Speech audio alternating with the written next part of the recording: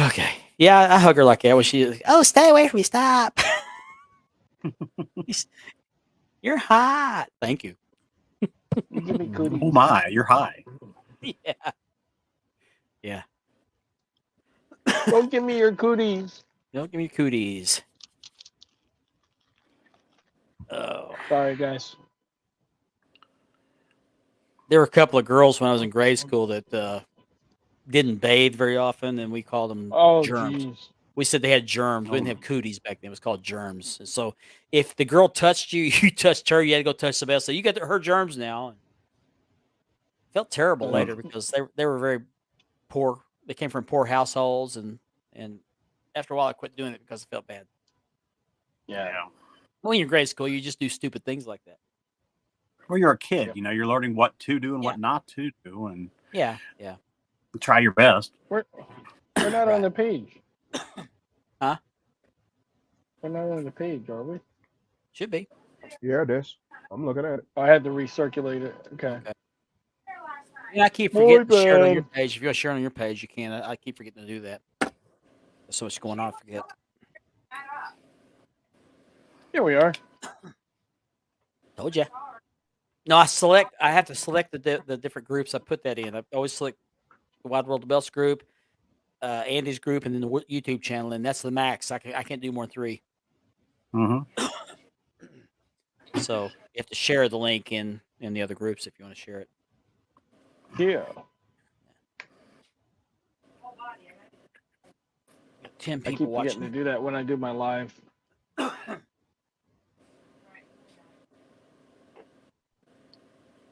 I could do more groups, but you have to pay more for the subscription.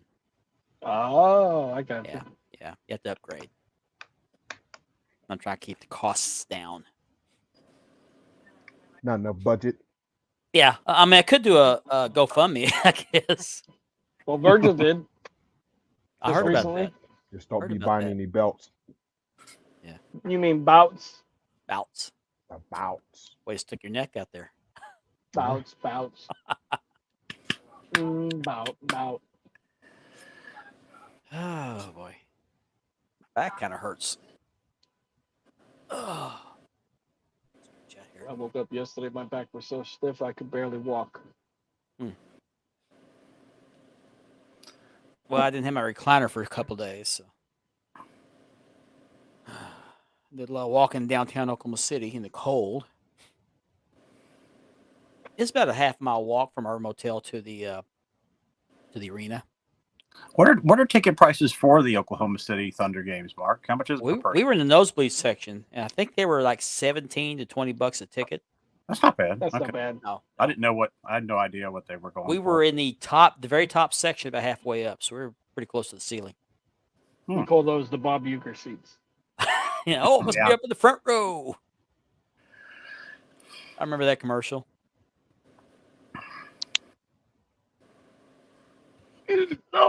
I miss those commercials with Bob Uecker. They were hilarious. He was like the Rodney Dangerfield of sports. Yep. Yeah. You guys see the pop thing that's going around where you can pop yourself? Some people are doing them and they look good.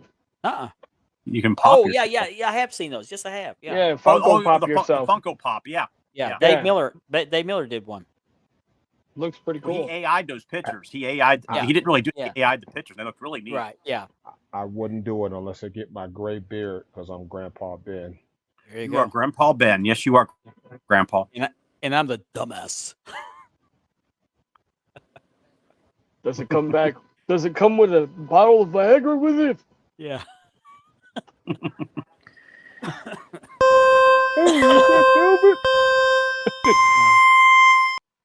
Let's get started, shall we? Hey, this is the franchise Shane Douglas, ECW World Heavyweight Champion, and you're watching Spanning the Globe.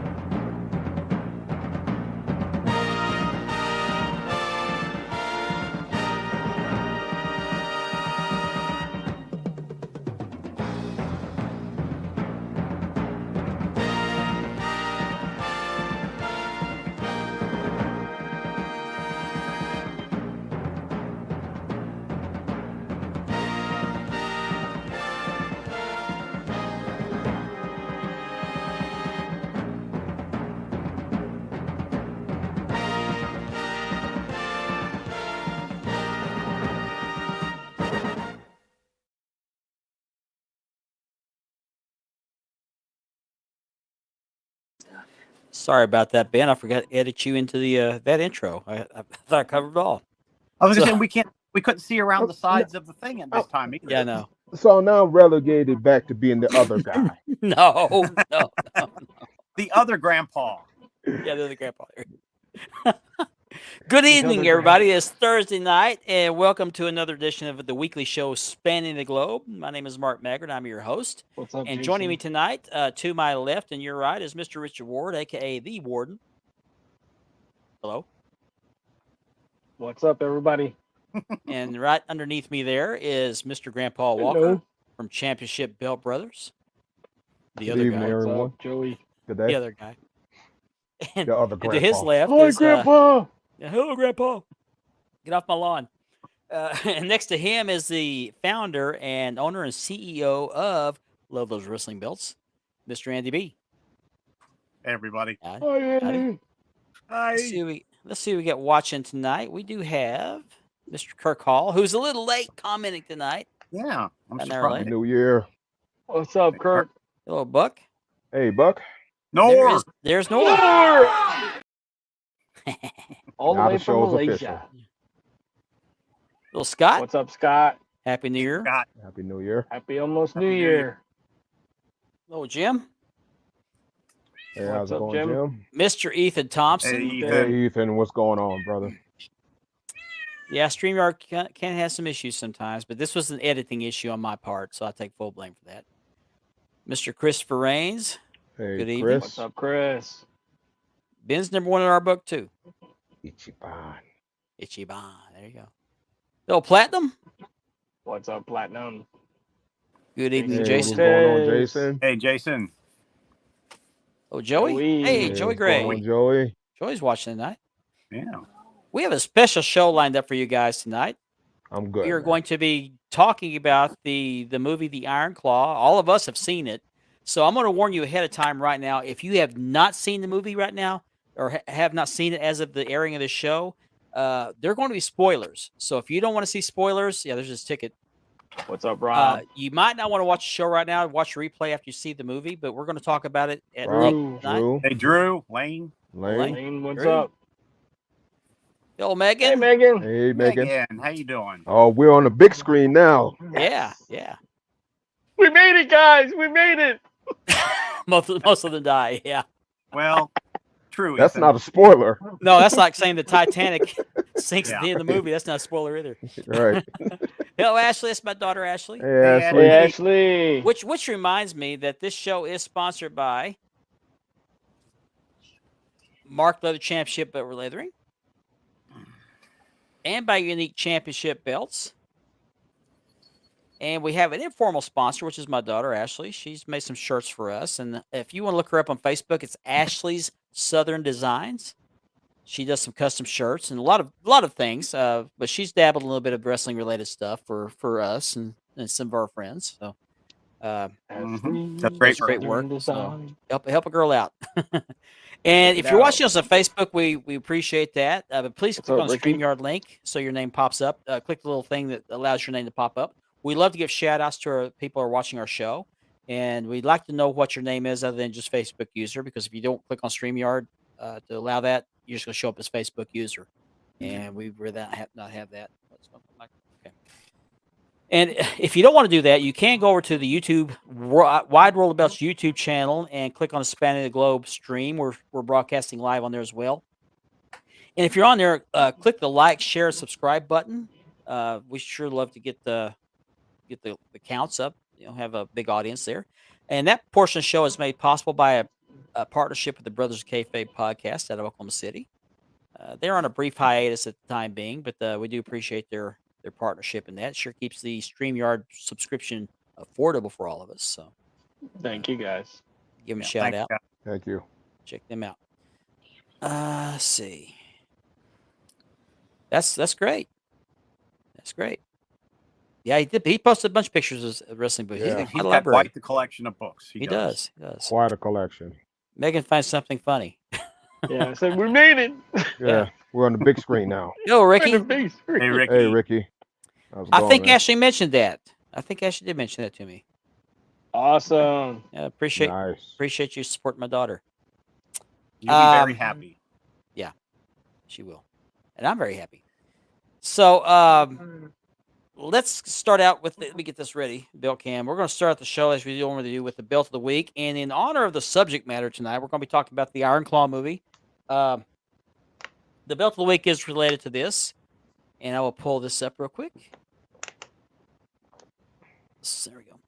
This is the World Class, or WCCW, Tag Team Championship belt. I don't know who the maker for these plates were. I bought these plates from Tracy Beeman. They were brand new. He didn't know who the maker was. But these are on my leather. Let me get closer. I can get the shadow out of here. Move my microphone so I can talk. They're beautiful plates. This one has a slight curve to the main plate right there, as you can see. 4mm plates.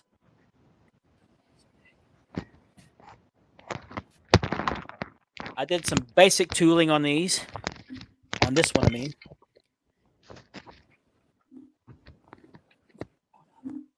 Got your WCWA stamp right here. And I did not tool the snap boxes because I don't think the originals were tooled. I saw a picture of one of them. And there's my Mark Brothers stamp there.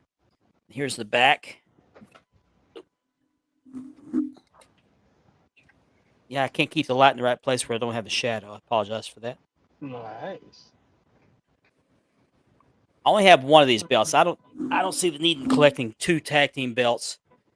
For one, it takes up a lot of space. It's more expensive. So, but WCCW American Championship, or these used to be the American Tag Team Championships, but they never had American on the belts. The previous version or this version, they were always labeled the World Class Tag Team Championship belts. And when World Class seceded from the NWA, became their own organization, it just was a natural transition to make these the World Tag Team titles. So, I want to thank Tracy Beeman for these beautiful plates. I'm very happy with them.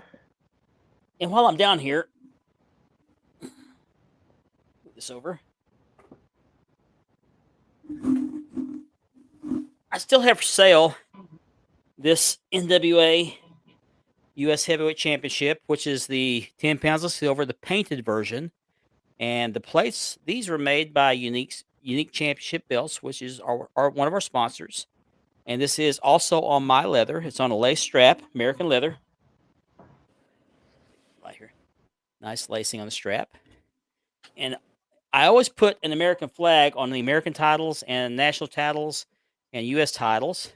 So I always put that stamp right there for the American flag. Wasn't on the original, but it's just my own personal touch. On this end, I put my maker stamp on the female end. And here's the back of this. I have the unpainted version of this, just the silver. So I don't really need both belts. It also has a stacked, where the medallion is there, where the flag's at. That's stacked. Let's see if you can see it. There you go. Nice. If you want this belt, I'm going to sell it for $350 shipped in the United States. So hit me up. Otherwise, it will go on the in the belt sales post tomorrow, as I've done the last week or two. But it's in great shape. Done great job. It's fairly close to TV accurate, although some people argue that. I also have one more belt for sale. No crotch cam tonight. Sorry, Platinum. Okay. I still have this IWGP V4 by Mayan Madasser for sale on his leather. This belt is heavy. Very heavy. It's large. It is a beast. It is stacked. I mean, this sucker's stacked. Very heavy, very nice. I don't need this belt. It doesn't fit with the rest of my collection. It's got the nice tip right here. The only thing wrong with this belt is it's missing a stone in the belt tip here. It's very hard to see. Let's see. Which one is it? This one. Whoops. It's this white one, this clear one right here. It's missing that stone, which is easily replaced. I just didn't have the time to do it.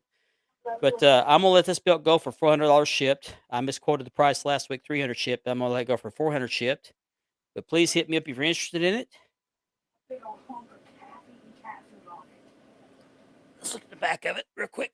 Man, this thing's heavy. I don't remember what this belt goes for brand new, but in my opinion, $400 shipped is a bargain. That's a bargain for this belt. That's a bargain right there. Yes. For everything with this belt that's on it, that's a bargain. And I'm only selling because one, I need the room, and two, this is the only Japanese belt I have. So it kind of clashes with my NWA belts and world class belts. So I don't really need it, but it's a beautiful belt. It's got the Okada nameplate on the main plate. And it's got all the other plates. Now, one other issue is that's a little loose right there, but no big deal if you're displaying it. But again, $400 shipped. It will go on the sales post tomorrow if nobody hits me up tonight after the show. So if you want these belts, this one or this one, $350 shipped and $400 shipped. This one's on American leather with unique championship belt plates, and this is by Mayama Dasser, leather and plates. He did a great job with this belt. Very nice. Oh, it's got that medallion up here. So that's what we got here. Nice. Get that off. Okay. So there we have it. Before we get into the main event of the evening, do you guys have anything to add as far as new belts or any Not belt yet. news? Not yet. Yeah. When it thank arrives, you. it's gonna make its debut. It'll make its debut on the show, like my others. Awesome. Okay. Well, I'm waiting. Uh-oh. I'm waiting on my thing coming up. Okay. I got another strike, the second strike, and like I said in our chats, I'm going to be very careful now who I order from. Yeah, Richard had Going a forward. situation come up with a guy who owed him some money, and Richard made a post about it, as he should have. And the guy was not very happy about it. Did give him his money back and asked him to take the stuff down and apologize for what happened. And so we'll let it go at that. But Richard's got one person down, and you got one more to go. One more step to go, right, Richard? Two more. Okay. Two more. Two more to go. Okay. And it's such a shame that Richard even had to do anything. That's It just is. It is. Thank you, Chris. You know? Thank you, Joey. Like I said, I'm only going to do a wreckable maker going forward if I Yeah. order anything from overseas. Mm-hmm. Jim, I don't know. Yeah. I don't know the answer to that question. I wish I did know. I'm gonna guess Reggie or Dave Milliken. But I'm going to hold out. I'm going to probably order either directly from the shop or go through John Barbarossa. Laverty. Johnny's not with us tonight. He's actually at the movie. So I guess he's considering that Johnny's not a ladies or a gentleman.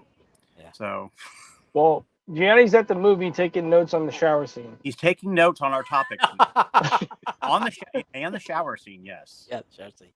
We'll talk about that here in just a second. Yeah, that's Christopher's drooling, so must be doing something right. Okay. Speaking of shower scenes, Right. talk about a more appropriate, yeah. you know. Hopefully you're not using VL5. Yeah, I've heard of VO5. Yeah.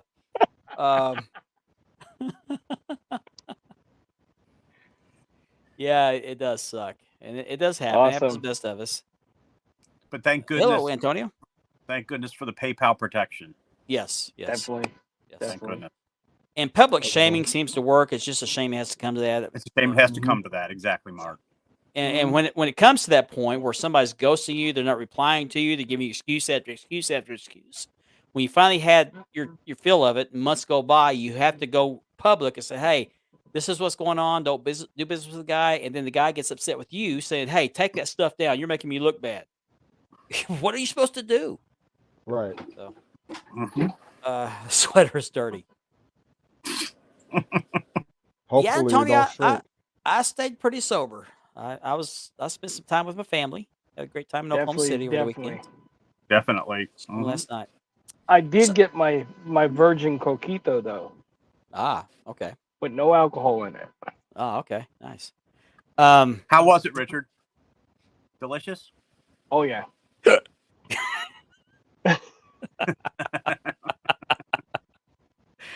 I forgot I was going to say. I was going to say something here. I forgot. Oh, I know what. I got something else I got coming. I ordered a mask from Mark's Wrestling Masks. Mark right. Ethier in Canada makes authentic wrestling masks, and he's does tremendous work. Ben has several of his masks, and I had planned on buying this particular mask, which is the Superstar mask, the Mask Superstar, which is just like the one I got right up here, that right there. Except this one's a cheapie, $15 one, and the one I'm ordering from him is a lot better quality. So looking forward to getting that Can he do the sometime this week. machine mask? Huh? Can he I do the think- machine mask? Yeah, he The had Andre actually Giant? has one for sale. Machine mask, yes. Really? Yeah. I Oh, think he made man. Ben's machine mask. It's right there on Ben's to Yeah. the right side. You can see it on the top of it, underneath the red mask. You can see the machine That would mask. be awesome. Exactly, Antonio. Exactly. Platinum says there's no such thing as a virgin coquito. There is if you don't put alcohol in it. Yeah. Now that's Chris. That's not the norm. That's the Yeah. exception sometimes. So This is the exception to it. It's a hit or miss. You know what I mean? Yeah. Yeah, but at least they're thank That's God so there's fun. protection for us. You know. So hopefully by next week's episode I'll have the mask in. If so, I'll show it off. It's the gold one. It's the glittery gold one with the black stars on it and the black Mhm. the black outline around the eyes and the mouth. I think been you wanting should to start the ask- show, but gone, Mark. Do what? Oh yeah, I might. There you Might. go. Oh. So yeah, that'd be interesting. So I went and watched the Iron Claw Saturday, and this is the first and hopefully only time I've been to a movie by myself because it was no fun. I Oh. did take a date. I took my sure did. world class 6-man tag team championship belt, The right Mhm. belt. the right belt, yes, because the belts in the movie were not the right belts, and I'll talk about those later. But this was me leaving my driveway with the 6-man tag team championship belt. That's my date for the movie. I pulled up to the AMC movie theater with the belt and walked up to the poster. I couldn't find anyone to take my picture with the belt in front of the poster, so that's kind of a selfie. So then I had to take a picture of the belt with the. Let me take that banner off so you see the belt. There you go. Down kind of low. Yeah, down kind of low. It didn't have a shelf. At least you had a dry day to put it on the on the Yeah, ground. it was a little chilly, but it wasn't too bad. Yeah. And then here I am in the movie theater with the belt. Aw. I picked the wrong movie to go to because that particular one was the matinee, and it had the closed caption or the subtitles, I guess, for hearing impaired. There were maybe 12 people in that theater. Mm. And so I had that row all to myself. There was a couple that walked up and sat in the row right in front of me. But I got a large popcorn, a large drink, and I found out I can't eat a large bag of popcorn by myself, and the belt wasn't going to eat any. So Oh man. now, before anybody else walked in there, I did take a picture of the belt sitting on the seat in front of me while the previews and the features were playing. So there's the belt. The belt looks happy. Yeah, it was very happy. It liked the movie. It enjoyed the Yeah. movie. It didn't like the belts in the movie. Nah. That belt told me so. I could have done a better job. Especially Definitely. that dome globe. Oh yes, That we'll belt talk. globe We'll was talk about that. That was pathetic. I there took wasn't nothing dome about that. no. That belt was as bad as Ric Flair was in that movie. Yeah. Oh, we'll talk about that too. Yeah. Oh Yeah. yes. I took this Oh, yeah. belt to the movie theater with me because I wanted to represent that title the way it should have been represented, as opposed to the NWA 6-man tags that they put in the movie, which were bad versions, by the way. Mhm. So I took that belt with me. I actually got a couple of looks. Nobody actually commented on the belt, acted like they wanted to, hold it or anything like that. So no challenges. No No challenges. challenge. No. Oh man. But the guy, there's a guy and a girl sat in front of me, and as they walked up to sit down, that guy looked down at the belt. I could see his eyes. He's looking at my crotch of the belt. Hope it was a belt. I hope it was a belt. Yeah. He's like, I seen that crotch before. He's like, you got a crotch cam? So anyway, okay. That sounds like a good plan. Sounds like a great plan. Yeah, I agree. I But agree. anyway, totally.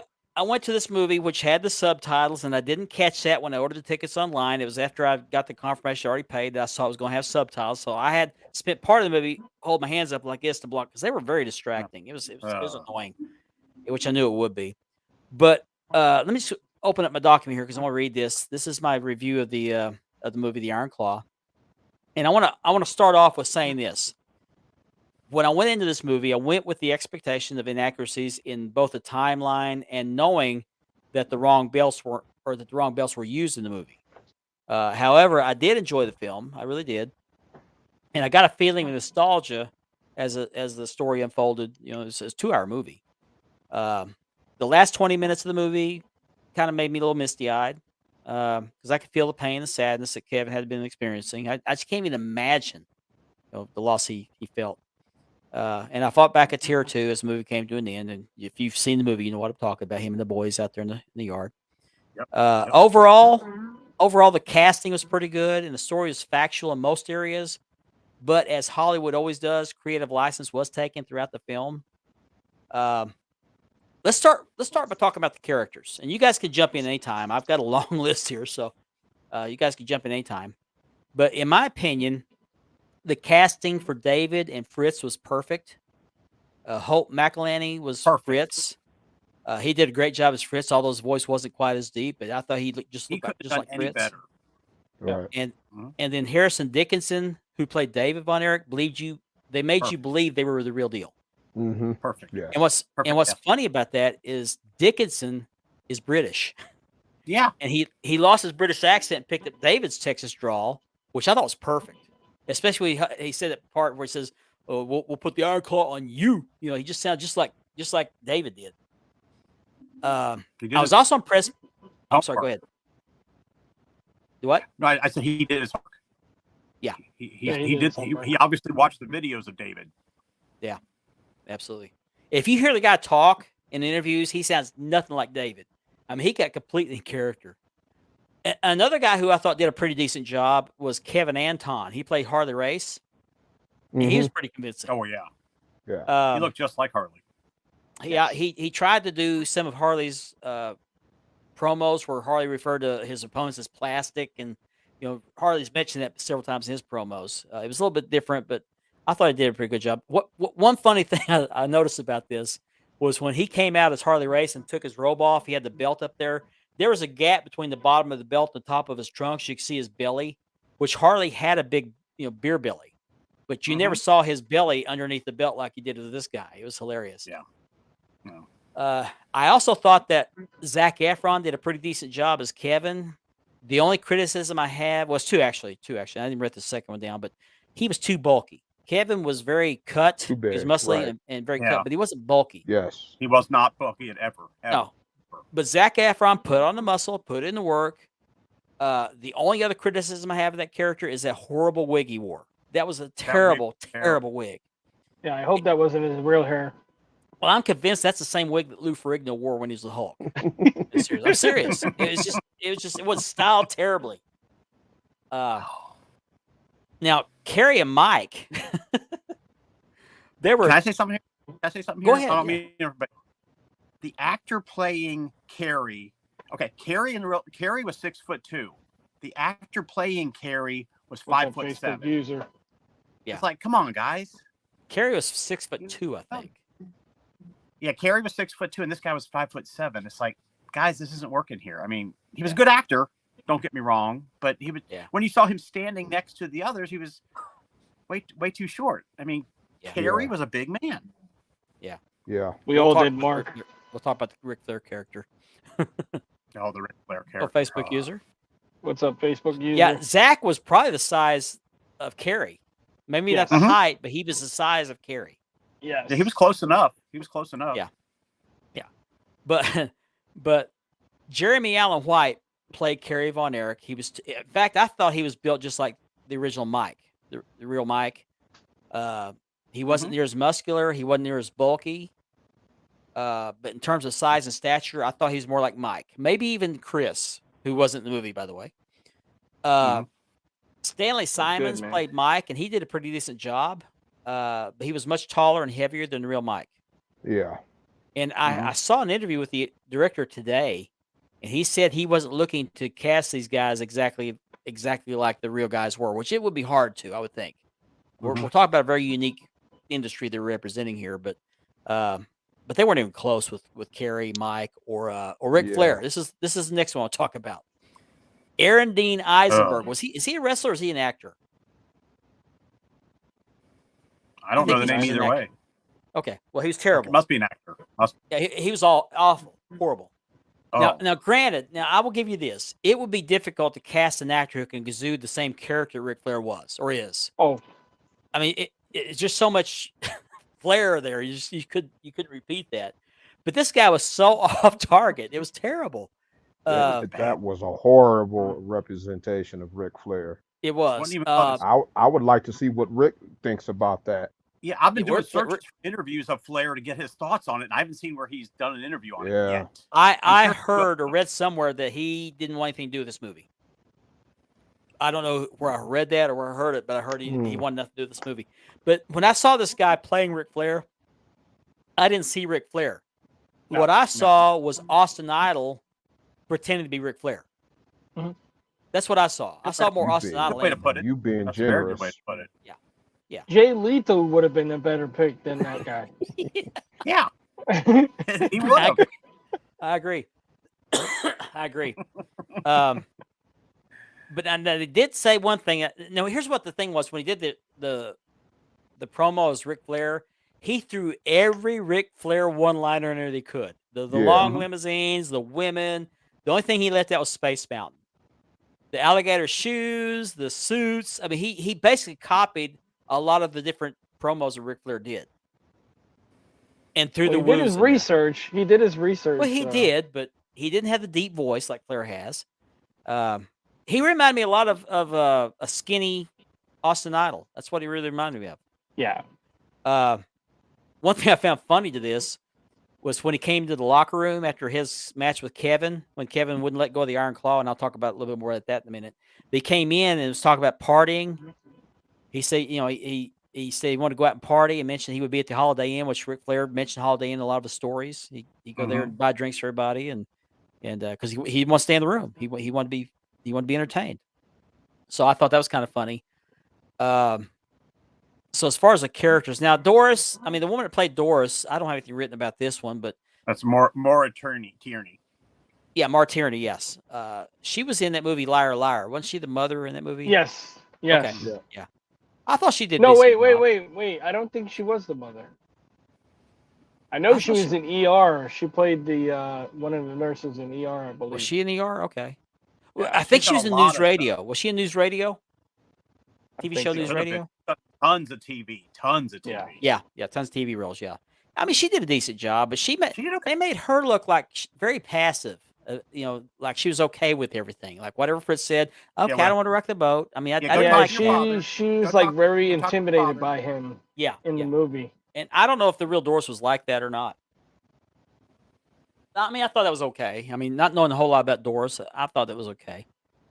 Now the girl that played Kevin's wife, Pam, I liked her. I liked her too. There wasn't a whole lot about Pam, in the wrestling realm.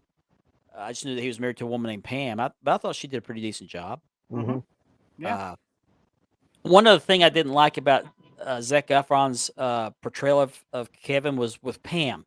When they first got together, it made it look like Kevin didn't know what to do with a woman.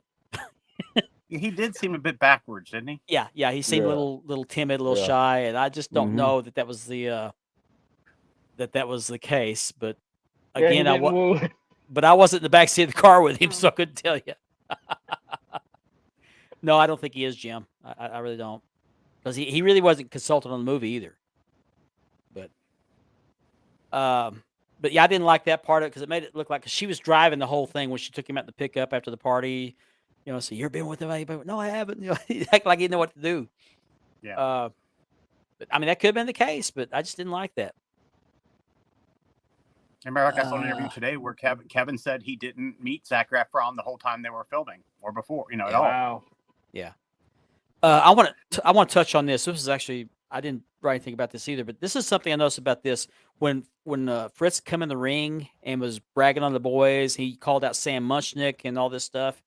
I don't think that happened. I don't really think that happened. And that's something else I noticed about this movie was it looked like Fritz was complaining about being screwed by the NWA over and over and over again. Quite frankly, I don't believe any of that because Fritz was actually the president in the NWA for a time. Now, I do know he fell out of favor with the NWA when they took the belt off Kerry as quickly as they did. He was very upset about that because he was supposed to carry the belt for 6 months, and he didn't know that they were going to switch the belt again until Kerry called him from Japan and said, "Hey, they're taking the belt off me." That's when I noticed he'd soured on the NWA. He only had it for 3 weeks, didn't he? Yeah, 3 weeks. Yeah. Yeah, they filmed the movie was set, or they filmed the movie in Louisiana. They actually built a sportatorium there. I don't think it was the whole thing, but they built a facade of the sportatorium somewhere in around Baton Rouge. And I do like where they put the Dallas skyline behind it, and it looked like the real sportatorium. And I wrote something about that here too, which I'll get to here in a moment. But let's get to the belts. let's talk about the belts. The prop department definitely dropped the ball on these belts, with the exception of the Texas Heavyweight Championship, which was the cast one.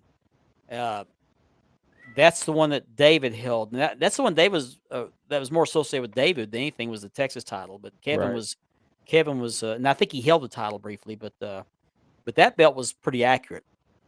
However, the Dome Globe, that was horrible. It wasn't even laced. It wasn't not so domed. No, not very domed. It was terrible. When Kerry won it and had it laid out there on the table, it looked terrible. It looked like an Etsy. It really looked like an Etsy belt or like an eBay belt. Looked like an Usman belt. Yeah. It was just a terrible, terrible version of it. They could have at least got a laced version. Wouldn't have been too hard. Yeah, and also the 6-man tags. As I mentioned, I took the replica of the actual 6-man tag with me to the movie. The ones they used in the movie were the NWA versions, the Road Warriors and Dusty Rhodes held together in the Crockett territory. And those came along a little bit later than that. They weren't even there during that time. And then the last one was the Big Gold. The Big Gold was never brought into the world-class territory. And the one they used in the movie was a 2mm version that looks like it came from the shop. Had the flat, it looked like but that belt looked better than the other ones. It looked like the very first one was 1 millimeter thick. It looked that bad. Yep. Yeah. Terrible. They could have done better with that, man. I mean, I know all of us belt nerds, marks, geeks, whatever you want to be. We're all something in this belt hobby. We were gonna pick that apart immediately if it wasn't even close. It was a dome lobe. Dome lobe, yeah. It was a bout. Yeah, bout, yeah. I need to get Ric Flair's book. I hadn't read it. I've been wanting to get it. Now, Kerry had it about 18 days, so almost 3 weeks. Almost 3 weeks, yeah. And that one reign, that Big Gold was terrible. And Flair walked in with it after his bout with Kevin, and that was not even used. That belt didn't come along until 1986. 86, yeah. Yeah, 86. Somebody didn't do their homework. And by that time, Flair quit coming to world class by the time the Big Gold came out. Yeah, Rob, the original 6-man tag title was a trophy, but I think it was 2 years later they actually came out with belts. Juan, did you get hacked? Don't post that comment. Yeah, I'm not putting that comment up there. You know better than that.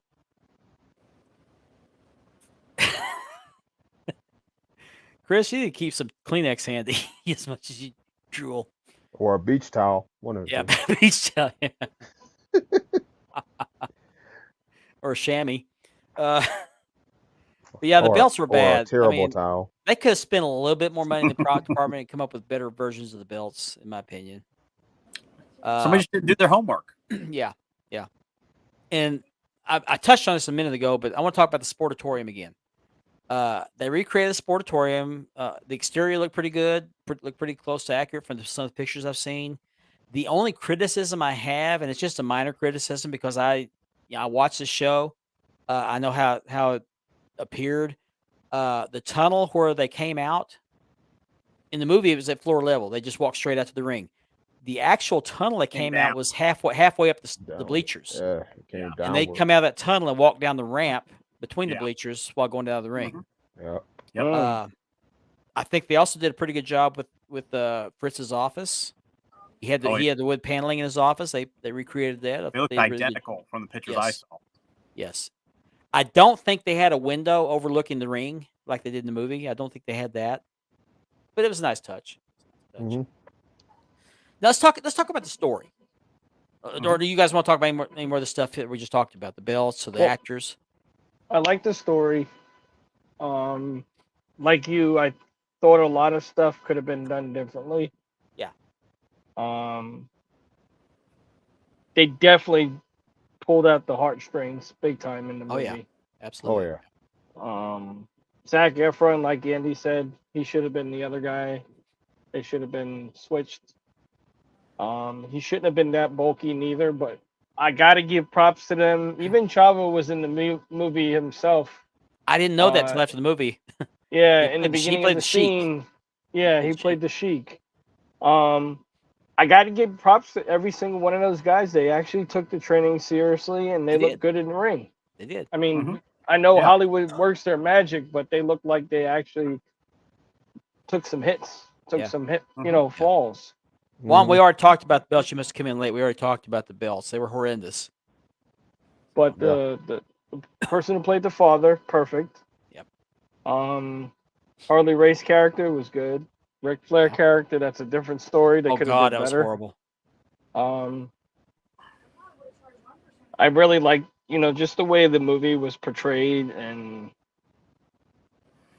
like you said, Hollywood always has to put their spin on it. Yeah, yeah. Mhm. So we went in there knowing that it was going to be what it Mhm. was. Yeah. But we still like the story.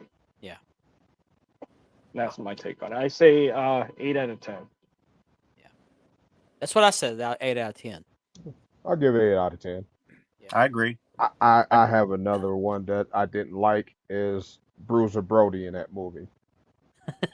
That did not Good look like pickup. Bruiser Brody. No, it didn't. Bruiser Um, wasn't as bulky as this guy was, and he didn't have Right. near the hair. He didn't have any hair except for his head, but had no chest hair. Right. Yeah. I don't know. It just as a fan, and especially I'm a fan of Bruiser Brody.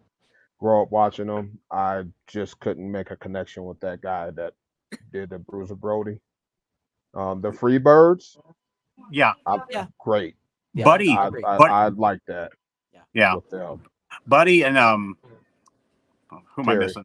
Terry Gordy, the guy playing Terry Gordy. That was Thrillbilly from the NWA.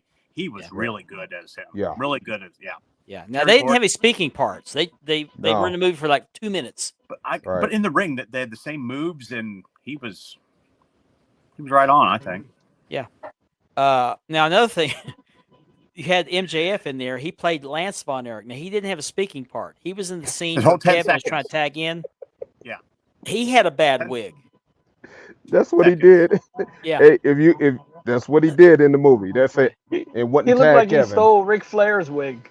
Right. And I don't know why they had him do that, because I don't remember Lance flexing so much in the ring. It's No, just, no, you know. he didn't. He didn't. He was didn't? muscular, but he didn't flaunt it. But Yeah. another bad wig was the guy that played Gino Hernandez, which was actually Dolph Ziggler. And I'd forgotten Yeah. about that when I seen the movie. He had a bad wig when he was playing Gino Hernandez. It was terrible. Oh, wow. I didn't even notice that. Yeah, there's a lot. They left out the cage scene. Yeah, they left a lot of stuff out, and there's some timelines issues there, and I'll talk about those here in a minute. But yeah, they I don't think they cast some of these guys very well, and the wigs, they didn't need the wigs. They could have just styled the hair and dyed or something like that. They didn't have to, they would have looked Mhm. out better than wigs. The wigs were terrible. It looked like he found a wig stuck on her head. Didn't even try to style it. Let me ask you a question, Kevin's Mark. looking You've been to the arena, right? The original arena? No, I haven't been to the sportatorium. No. Okay. You've seen it on TV, though. Yes, I remember seeing it on TV. Was the way the ring set up and around the ring, was it accurate or no? What you can see, they didn't film a lot from up above it. It was mainly from the side, but that arena was octagon in shape. Mhm. So it wasn't like four corners like the ring was. It was like octagon shape. Okay. because it wasn't just wrestling. They had also had the Big D Jamboree, which is a music thing there. Elvis Presley sang there, Willie Nelson, Trini Lopez, and a lot of people performed there. Wow. So it was also used as a music venue. But Now, Fritz owned the Sportatorium, right? I think so. I don't know for sure, but I think so. Okay. He when he first came into that territory, Ed McLemore owned that promotion, owned that building, I believe, and Fritz became a partner with him until Ed died of a heart attack. Then Fritz took it over, Okay. or he bought it out from Ed McLemore before he had his heart attack. He died of a heart attack. Wow. So I'm not real sure on those details, but I believe he did own the Sportatorium. What's up? Yeah, That's a good point. okay. I don't think it was rushed, and I wrote this down. I'm gonna make sure I read this correctly. There's a lot of criticism of this film that the timeline was incorrect in many parts of the movie, and I agree with this. However, you have to consider that we're talking about a time period from 1979 up to about 1988, about 9 years. This film was over 2 hours long, 2 hours 10 minutes, and there's way too many things that happened that you can squeeze into a 2-hour story. Yeah. And I've said this to these guys, and I still believe this. This would have been better filmed as a miniseries. I agree. Mhm.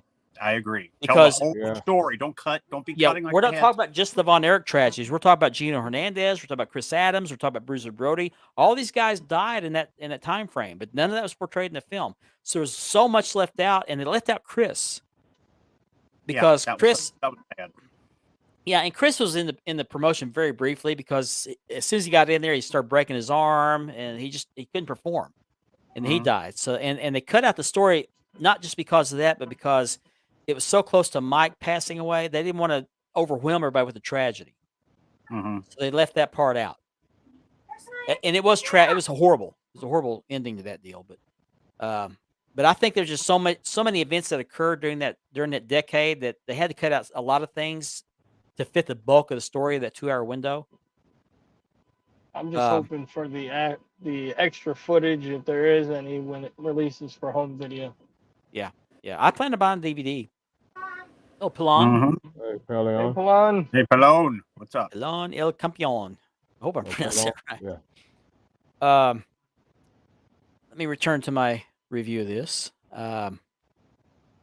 Something else I noticed about this, and I guess this is from my years of being a fan, and then this my years of fandom was from 1982, about the summer of 1982 until 87, 88 when I was in college. And I kind of lost interest because I was in college, didn't have a lot of time to watch, and by that time it was starting to fizzle out with all the deaths.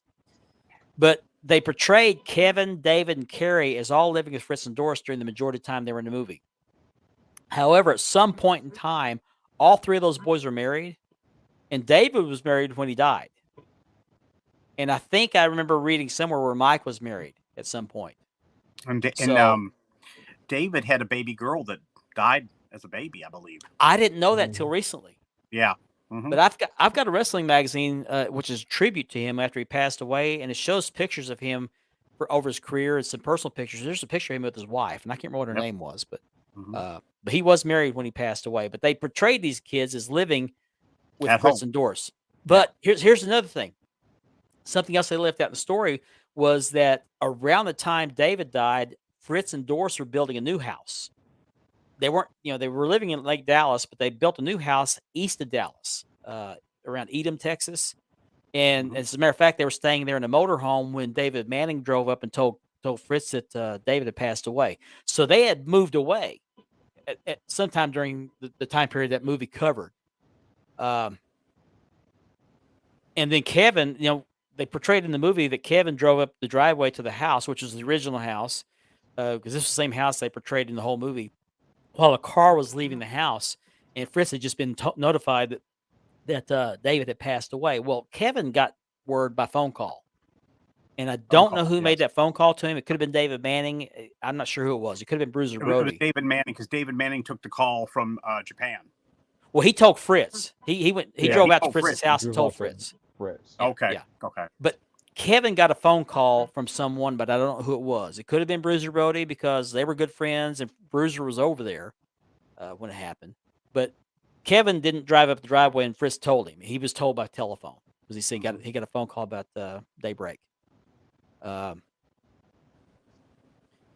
again, I mentioned the obvious omission of Chris was a huge hole in the story, and you can argue that since they were briefly building up to each death, Chris's career and eventual death could have easily added another 20 to 30 minutes to the film.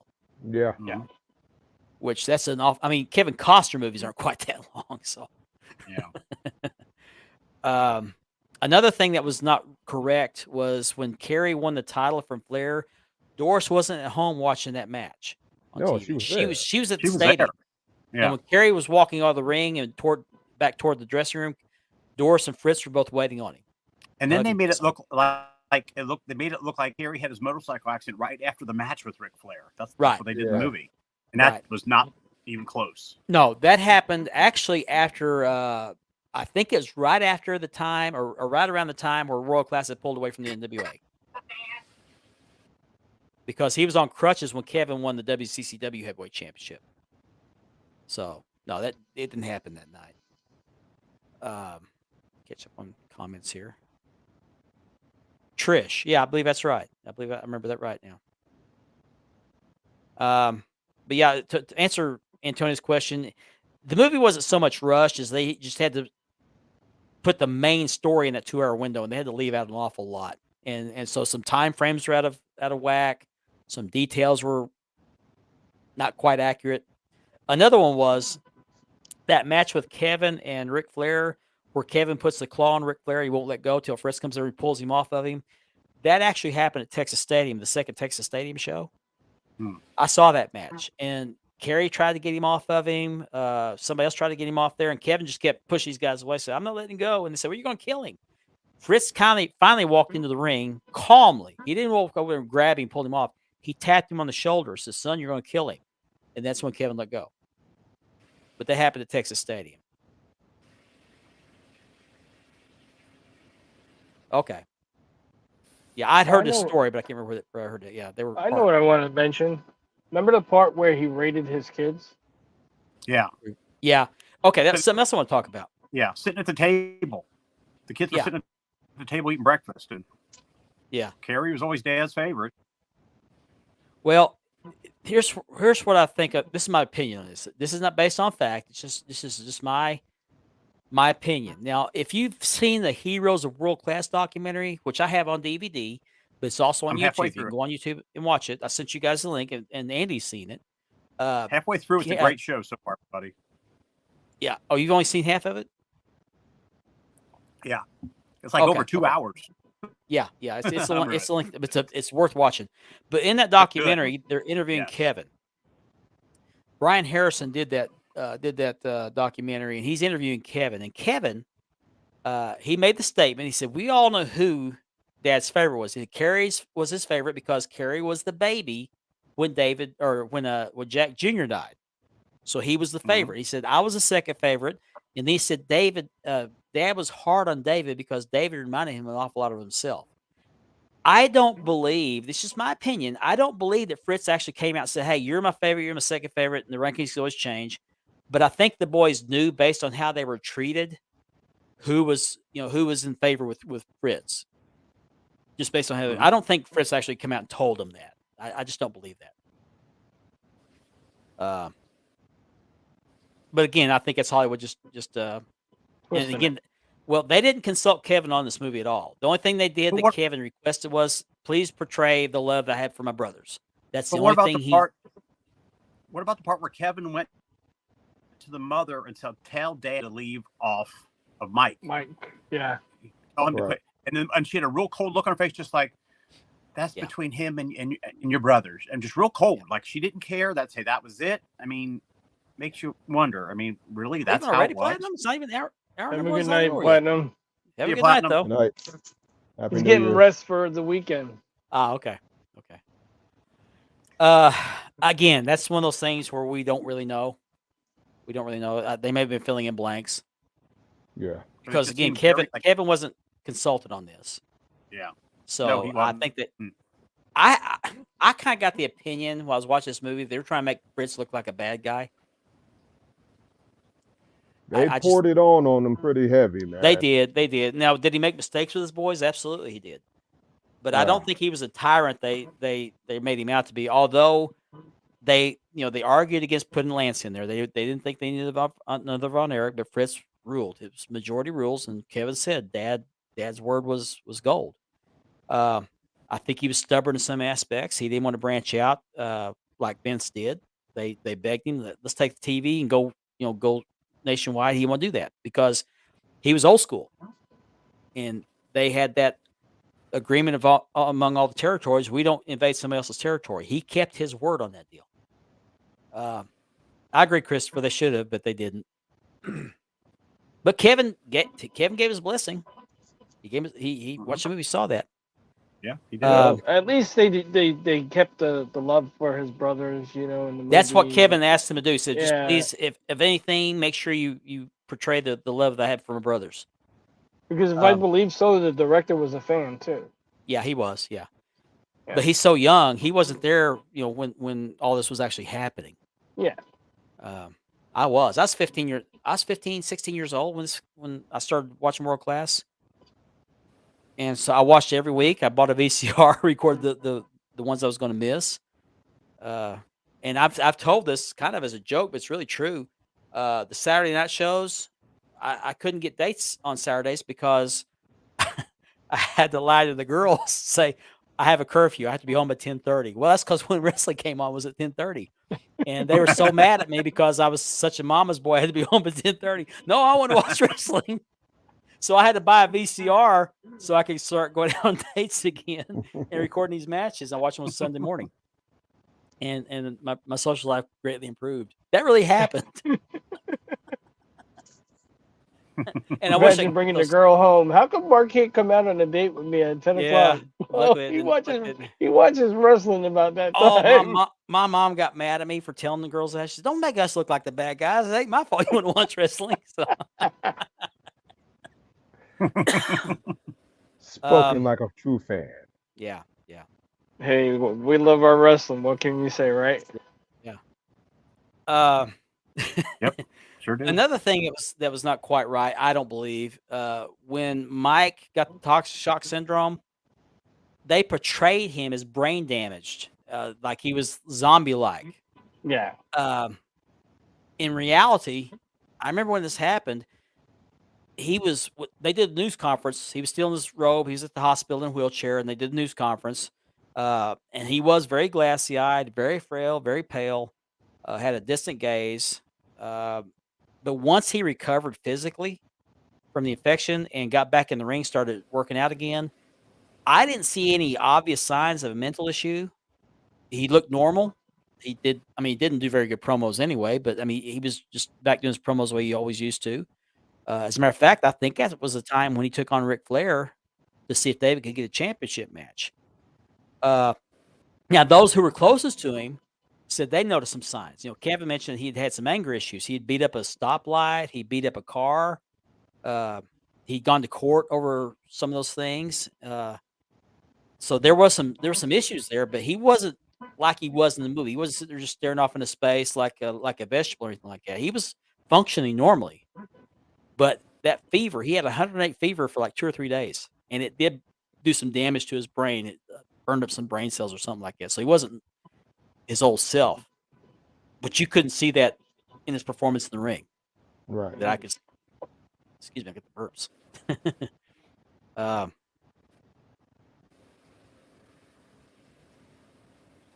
Yeah, I think I'd heard that. No, Kirk. Fritz Von Erich passed away, I think, in 97. 97. Mm-hmm. He had lung and brain cancer. Cancer. Wow. So. Talk about tragedy. Yeah, the last one to go. And I didn't. Well, he's buried next to Kerry, but I didn't know this till yesterday. But he was cremated. Cremated. Yeah, Kerry, he was let's see, he was. They're buried together essentially. Yeah. His ashes are in the coffin. Or how vice versa, whatever. Urn. Yeah, because they share a stone, one stone, so they're together. Yeah. But yeah, Kevin said that Kerry was Fritz's favorite because, and in the movie they make it look like that Kerry was, or Doris was pregnant with Kerry when Jackie Jr. died, but I understood that Kerry was a baby at the time, Jackie Jr. That's why he was the favorite of the boys. Mhm. One other thing here. Okay. Kerry's suicide scene. Kerry did not commit suicide in the front yard under a tree like was in the movie. Mhm. Kerry had called Kevin, which they showed in the movie, called him and said, I can't take this anymore. And Kevin said he'd done this a few times before, saying, I'm going to kill myself. And of course, Kevin would say, you can't do this to me. We already lost these brothers. And, I'm not going to do it. I'm not going to do it. So he did it again. And so Kevin called Fritz, and he was working on a sidewalk. He's pouring a sidewalk, as we mentioned earlier. And Kevin told him, hey, something's wrong with Kerry. And Fritz told him, I don't have time. Concrete's drying. I'll call you back. Well, at some point after that phone call, and by the time Kevin showed up at the ranch, Kerry shows up. And he goes up to Fritz, gives him a hug, tells him he loves him, but he says it in a different way. It's like, Dad, I really love you. He wanted to borrow the Jeep and go out in the field. He said, I just need some time by myself. I need, and this wasn't unusual. Fritz said that this wasn't unusual. So the boys always did that. They'd show up at the house, they'd go out to the field and just to meditate or have some time for themselves. But at some point in time during that time frame, Kerry had gone in the house and picked up that 44 Magnum that he had bought Fritz for his birthday. I think it was they said 357 in the movie, but I think it was a 44. And Mhm. Kerry got the Jeep and the 44 went out to the field. There's a wooded area out there in the field. And then Kevin shows up and tells Fritz what's going on. And Fritz wondered why Kerry was gone for so long. So he starts looking for him. Fritz is the one that found Kerry. Kevin didn't find Kerry. Mhm. Fritz Yeah. found him. But it wasn't in the front yard. And Kevin didn't attack Fritz like showed in the movie. That didn't happen. And Kevin didn't carry Kevin didn't carry Kerry into the table or into the house and put him on the table like it showed.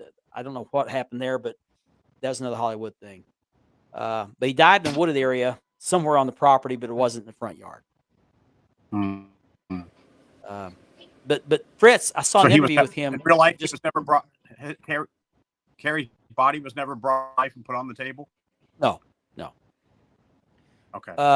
But Fritz had said in the interview, in fact, I saw it today too. Fritz had said, he said, it wasn't unusual for the boys to show up, want to go out in the, as soon as they come out of the field, to have time to themselves because that was the only place they could get away from everything. He said, but they always come up to me, hug me, kiss me, and because he always said he was affectionate with his boys. But he said that something Kerry said. He said, Dad, I really love you. He said that should have cued me that something was wrong. He said, but it didn't. Mhm. But he just realized Kerry had been out there a while and hadn't come back, and so he thought maybe we'll go look for him. And then Kevin showed up and told him what had happened in the phone call, and that's when Fritz found Kerry. Did you see the part where he lifted him up and the camera went down to the ground and you could see the blood fall? Huh? Yeah, they had it where he threw him up. When he picked him up, it was like his head went back and the blood hit the floor. Oh, I didn't catch that. Yeah. Mm.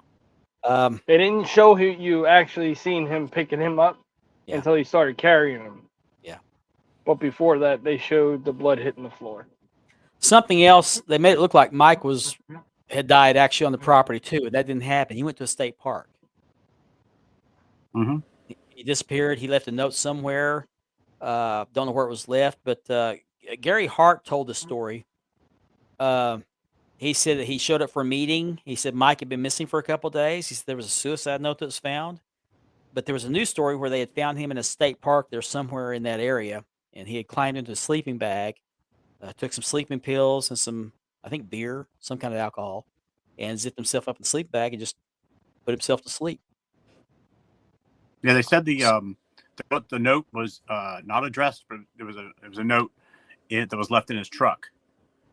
Okay, yeah, his car. He was in the car, and it says something to the effect of, I don't remember the whole thing, but part of it was, "I'll be watching." So he'll be watching. So Yeah, that's right. Now Kevin did come across Chris. I'll be watching. Yep. When Chris committed suicide, Kevin found him because Kevin had been out there. He was in the wooded area too, out by the house, and he was talking about killing himself. And Kevin said, "No, you don't want to do this. No, I'm not going to do it." So Kevin came back to the house to talk to Fritz, I guess, about it, and he said, Dad, Chris is talking kind of funny, and Fritz said, you better get back out there. So when he get back out there, Chris had already shot himself. Yeah, Chris, it does, but that's what Hollywood does. They take a lot of liberties, Hollywood. especially if they don't have all the facts. They fill them in with whatever they come up with. So Right. a lot How of many dramatic. They call it biopics? dramatic license. Dramatic How many other license. biopics have we watched of people that we know a lot of the story to, and like that Yeah. didn't Yeah. work? That wasn't part of the story, Yeah. or that was Yeah. something added in or something. Right. Same case here. Yeah. One other thing that I just wrote this down right before the show started because I wasn't going to bring it up, but I will. The scene with David in the shower. That was, in my opinion, it was totally unnecessary. It was funny. But this wasn't the Brady Bunch. This was the Von Erichs. Right. Especially taking your kid to the movie. Yeah. I mean, he's yeah. older, but it still was Also, like, yeah, we need to advise people: if you go, don't take your kid. Yeah. yeah. This Bill is Scott. not a movie you want your kids watching. No, that's pretty much rated R. Very rated R. But they made it look like the boys lived with Fritz and Doris the whole time, and that was one of the things that happened when the boys share a bathroom is one locks himself in there and takes a lengthy shower while the other one's trying to, Kind of like the X-rated version of the Brady Bunch. Yeah, exactly. Yeah. Come on, Peter, Greg, let go me get the in. bathroom. Shut up, Peter. I'm busy. Almost there. But overall, I like the movie. Even with the gaping holes in the story and the timeline, I couldn't help but feel the excitement of the action of the film and then the emotion of the film at the end. Especially at the end where the boys are playing football out there. Kevin's boys are young, and Kevin's sitting just tears running down his face. Phil. They come up there and say, "What's wrong, Dad?" So, "I'm sorry, you should have seen me like this." He said, and this is something else that wasn't accurate. He said, "I used to be a brother, but I'm not a brother anymore." Well, he did say something to that effect, but what he actually said was, "At one time I had 5 brothers, but now I'm not a brother anymore." That wasn't to his boys. That was said to a reporter or on a documentary or something like that.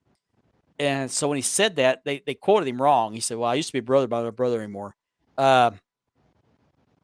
His 2 young sons said, "Well, Dad, we'll be your brothers." And then he starts. I mean, that brought a tear to my eye. It did, because you got to think I about. gotta admit it. Yes. You have to think about the fact he lost 5 brothers. Well, this Jack Jr., David, Mike, Chris, and 5 brothers. He lost 5 brothers. Man. Okay, Scott. Yeah, we're talking about spoilers, so yeah, use Prel. Use Prel. I mean, that scene alone, Yeah. like I said, with Hollywood twist everything. Between the one where he was carrying him to the table and then that ending scene. Oh. Mm-hmm. Well, that scene with Fritz and Doris, where Fritz comes in and said, "What are we having for dinner?" She said, "Well, I haven't thought about it." She's sitting there just painting, ignoring him. That kind of hinted she was filing for a divorce from him, or she was leaving him. And she did file for a divorce from him, blaming him for the deaths of all the boys. Now, I did see in that same interview where Fritz talked about finding him. He said that he didn't want his boys to be wrestlers. He wanted to be professional businessmen, like doctors or lawyers, something like that. I don't know if that's true or not. That's what Fritz said in his own words. But once they got into the business, I mean, he ruled the company. He knew that they were draws. He knew they drew money. And once David died, they had to, it was Kevin and Carrie taking up the slack. They couldn't be everywhere at once, so he had to bring in Lance, or he felt like he had to bring in Lance against their better judgment, which that turned out to be a disaster. Lance actually has a book out too, by the way, called Lance by Chance. I haven't read it, but I heard it's really good. What about the part where the mother was talking to Pam about the dress? Yeah. Now, again, I don't know if that's factual or not, but it was very, very powerful scene. I mean, she's already buried 2 boys, and here she's getting ready to bury another one. To me, I took it as it was the same dress. Yeah. And well, it just represent tragedy to her. You know what I mean? Yeah. I mean, I can't even imagine losing one of my children. Right. One, much less 5 of them. I mean, can't even imagine. And if you haven't seen the Heroes of World Class documentary, it's on YouTube. Do yourself a favor and watch it. Andy started to watch it. And I think you've liked it so far, haven't you? Yeah, it's really good. It answers everything. Yeah. That's what I was saying, Phil. I think they tried to portray Fritz as a tyrant in the movie. Yeah. And I think to some extent he was, but not to the extent he was portrayed in the movies. He He wasn't genuinely as loved his boys. hardcore. He wasn't Yeah. as hardcore as they portrayed him in the movie. Yeah. I think he truly loved his boys. If you watch some of the early videos, he's very affectionate with the boys. He does a lot of things. He hunts with them. He fishes with them. Takes them out for outings on the lake. I mean, he was a family man. But when it came to business, it was a different story. There were his employees. He I don't know if you could find a father out there that was just like they portrayed him in the movie. I mean, Yeah. these are your flesh and blood. You're gonna rate your flesh and blood? No, I don't think so. Yeah. Kevin himself said, and it's in the Heroes World Class documentary. He said, he said a lot of people think the way we were raised was different. He said we didn't see it that way, and that's when he said, one of the funny things was he said we knew who Dad's favorite was. Carrie was his favorite.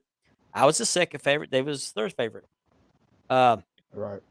He said, and I don't think that Fritz actually vocalized this to the boys. I don't think he said, well, Carrie's my favorite. He said because Carrie was the baby when Jack Jr. died, so that made him automatically a favorite. But I was number 2, and the reason he was number 2 is because David was hard on David. Fritz was hard on David because they both had tempers, and David said, he said David had a temper, and David reminded Fritz of himself. So he was kind of hard on him. I mean, you look at all of them. David did resemble Fritz more than all the rest of them. Yeah. Even his voice, the way he carried and did his interviews, he sounded like Fritz. He always did to me. Yeah. And I always relayed. I grew up thinking David was the oldest, just because of his stature and how he carried himself. But he wasn't. He was, Yeah. Remember when he was He was the teaching him third how to one. do the claw, and he was tearing the phone books and stuff? Yeah. In the I movie? don't know how much that was true. I really don't. Well, what do you guys think about the story? I'm sure you guys have heard. Where Kevin went into a local pawn shop and stole a gun, and everybody saw it, didn't say a word. Yep. And then he came back, brought it back, and everybody was hugging him, loving him on him, everything. And they also said a big prayer together. I kind of thought that would have been a good part to have in there, but they didn't. No, they didn't. They didn't. But again, I think if they want to do the story right, don't do a 2-hour movie. Let's do it like a 2 or 3 season miniseries. A miniseries. And cover everything, not just the Von Erich stories, but the Gino Hernandez death, the Bruiser Brody murder, Chris Adams being shot and killed. I mean, there's a lot of things that happened. It wasn't just to the Von Erich. Let's hope that this movie opens the door for that to happen. Yeah. Yep. Yeah. But I'm like Richard. I'll give it an 8 out of 10. I give it that's about 8 out of 10. Story. It was a good story. Good story. 8 out of 10. And if you didn't grow up watching World Class, maybe the movie makes more sense to you. But I think they were wanting to portray the story of the love he had for his brothers and the sense of loss he had when each one of them passed away. I just think that's what the deal was. Well, let's just put it this way: the wife wants to go see it, so I'm going to go see it again. Okay. Yeah. I'm gonna go see it again or get it on DVD without the subtitles because that was so annoying. She watches wrestling, but she was into wrestling a while ago, and then we started dating. She got back into it. So this is stuff that she's never seen before. I mean, she's heard of them because of the movie, and she knows the history because I've been watching it, since you showed me stuff. But this is the way I think they wanted to portray Fritz in the movie.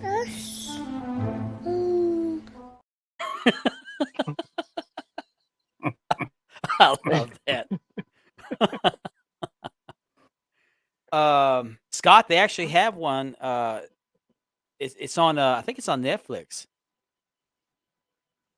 Yeah, Women of Wrestling got a series. That's what he was saying. Yeah. Canceled. Okay. It got canceled, but it was on there. Yeah. Okay. Yeah, I liked it. That was nice. There you go. Hot. Yep. You said it the best right there, Phil. Yeah. Now, one thing, a lot of you younger guys that watch WWE are in for a treat because some of they don't show a whole lot of wrestling in this, but some of the wrestling show is actual, I mean, old school wrestling. And Mhm. and I'm convinced if these guys that are all about the Attitude Era and all about the product today, if they had seen what we watched growing up, you and I, Andy, and uh, Mhm. they would change their minds. They would have a complete appreciation for old school style wrestling because the storylines are a Oh whole yeah. lot better. They're a lot more believable. Yeah, they all died, believe it or not. Sorry for the spoiler, but uh, Sorry, Brian. uh, yeah, yeah, sorry. But you know, I think if I'd have grown up later, and it was the same age as most of our viewers, I probably like the current product now too. But you know, Andy and I grew up when kayfabe was at its peak. Yeah, The business was Well, protected. I watched definitely all was. of the older stuff too, me and Phil, but you guys opened my eyes up to so much more. And believe it or not, I like this show of today, but I like the wrestling of back then. Yes. If that makes It was sense. Yeah, none of the. yeah. It wasn't the acrobatic garbage. A lot of what we're No, seeing today. no. It was Yeah. pure wrestling. You didn't have the cameras in the back area in the locker room where you could see two wrestlers talking about the strategy like they do now. I don't like that. Mhm. Well, they did And that in the movie too.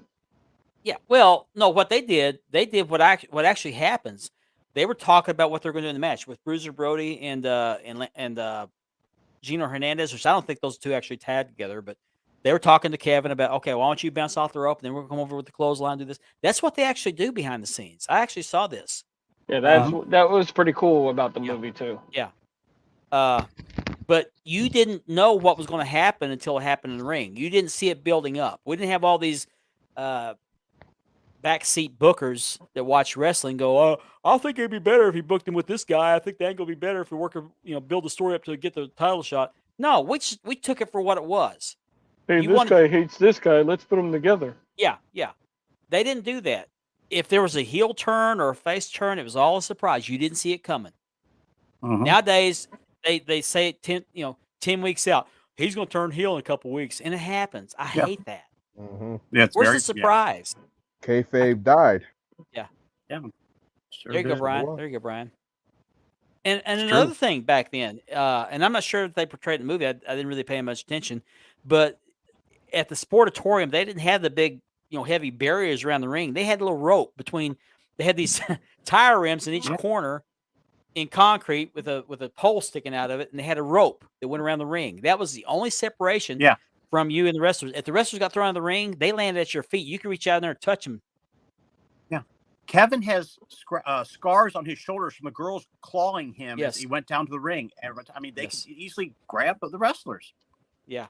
They were mobbed. They had seconds. They had these guys in cowboy hats and suits on that would escort them to the ring to protect them Mm-hmm. because the Wow. girls would just be all over them. And in All the of heels cases, it was some drunk that wanted to hurt them. Some guy hit through a camera one time and hit Michael Hayes and cut his head going down the ring or leaving the ring, one of the two. Super Crazy. Dave is lucky he got a pair of tights, man. Yeah. I think he got Yep. those. It was either the tights or he got a cigarette lighter that used to belong to Fritz. One of those things he got from gorgeous Jimmy Garvin.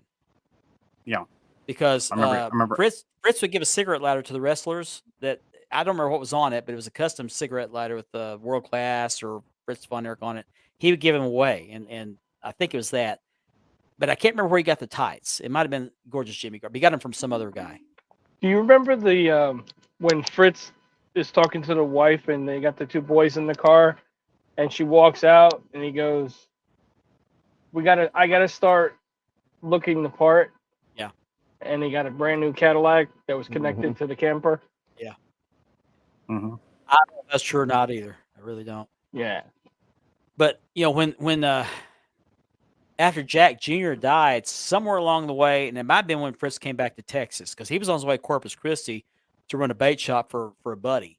And he stopped in Dallas because his parents were still living at the time and were living there. And he stopped to visit him. And somehow he ended up staying in Dallas. And he decided as his boys are getting older, He didn't want them, I guess, having issues with kids because he was the bad guy. So he changed his persona to a baby face.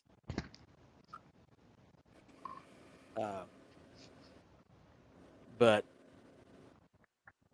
I just, it's really tragic when you think about it. Can you imagine being one of 6 brothers and then they all die and you're left by yourself? I just you can't help. And Kevin says, "Don't feel sorry for me." So yeah, it ended bad. He said, "But I have a blessed life. I had the greatest time during that era." He said, yes, I've lost my brothers. It's tragic." He said, "But I got my sons. I lived through them." And he has. He's lived through. He went through all the football practices. He's been in the ring with them. He's escorted him to the ring, and so you can't help but feel bad for him because I've lost a sibling. I lost, my only sibling, my sister, which is still painful. But that's one loss, which is bad enough. I can't imagine 5. I just can't imagine 5. Now, That's crazy. I will say this. Kevin did say that when Jackie Jr. died, Kevin was only 3 or 4 years old. He said, "We really didn't know what was going on other than the fact that we had a playmate that was no longer there." Right. Yeah. And then mom and dad were real sad. He has very little memory of that.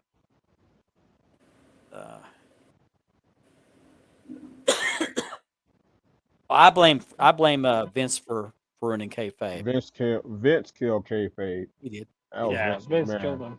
100%. Yeah. 100%. Vince McMahon. But Fritz was old school. He didn't want to make any waves. He was content being there in Dallas. Bill Mercer, who was portrayed in the movie, I don't think he had as big a role in that promotion as what the movie said he did. He was just the announcer. Right. But he said that him and Mickey Grant, who produced the WCCW TV series, and they talk about this in the Heroes World Class documentary. They said that they saw it was ripe that they could branch out and go into other territories, just like Vince McMahon ended up doing. And Fritz said, "No, Dallas is big enough for my boys." And Kevin said his word was his bond. He said he had the agreement with all the other promoters in the other territories; they would not invade each other's territories, and he stuck to his word. But they could have very easily, had Fritz changed his mind, they could have very easily been where WWE is right now. Mm-hmm. Had David not died, had Mike and Kerry not died. If Dave hadn't died, I don't think Mike would have lasted as long as he did. I don't think he would have committed suicide. But the internet ruined kayfabe as well. Yeah, Yep. that's it. Mm-hmm. That didn't help either. Sure I did. mean, who was the last person to actually keep kayfabe alive? Was what? The Undertaker, right? Pretty I don't know. much. He kept in character until Yeah. his first Make-A-Wish thing. Yeah. If we remember correctly.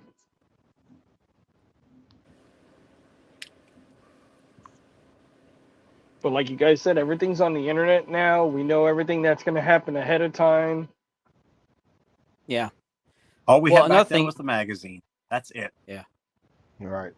Well, another thing is, today you got the social media where you have people who try to kill each other in the ring, but they're on Twitter, they're on Facebook, they're congratulating their hated enemy on the purchase of their new house, the birth of the new baby. They go out and have dinner together. I mean, they did the ladies of WB that scene. That show was on for a little bit. Remember that little thing? Divas behind the scenes. People kill each other in the ring. They're out shopping together. I mean, it's ridiculous. Back when Andy and I were watching in the height of kayfabe, I mean, those guys wouldn't be seen together, much less shopping together. Oh no. No. People Well, get look in at fist Kane. fights Kane- over whether wrestling was real or not. King used to go out with the mask on. Yeah. You know, he And when kept it Hacksaw alive Jim for a little Duggan- while. When Hacksaw Jim Duggan and Iron Sheik got caught in the car together, oh Mhm. boy, they got hell. Yeah, I was just getting ready to bring boy. that up. Oh yeah. Yeah. Hacksaw Jim Duggan was with somebody and they got arrested Yeah, together. that was They Iron were- Sheik.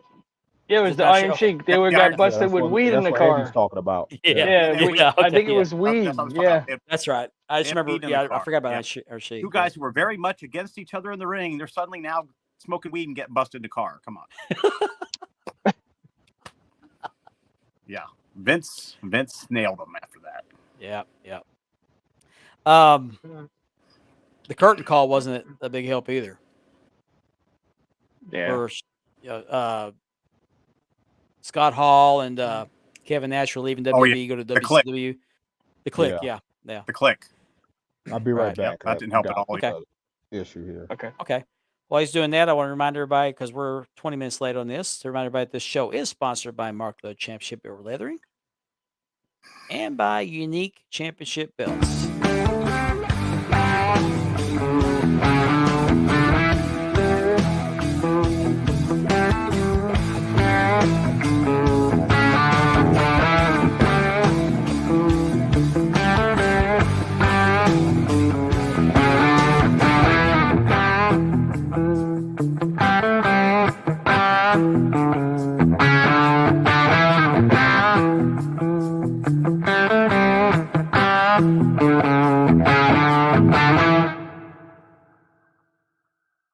Aha!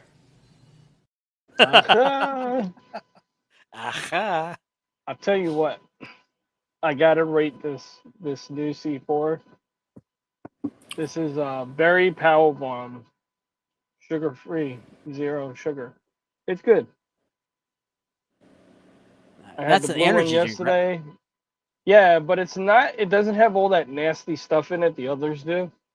Mhm. It's not loaded with caffeine. And it's 300 milligrams of caffeine.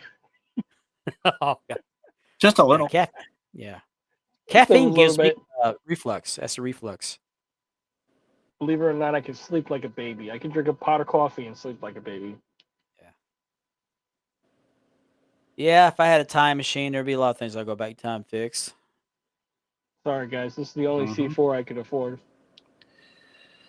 Platinum, I was just thinking about you when I played that. I thought you might have missed that. See if I, See ya. All right, man. Bow chicka bow wow.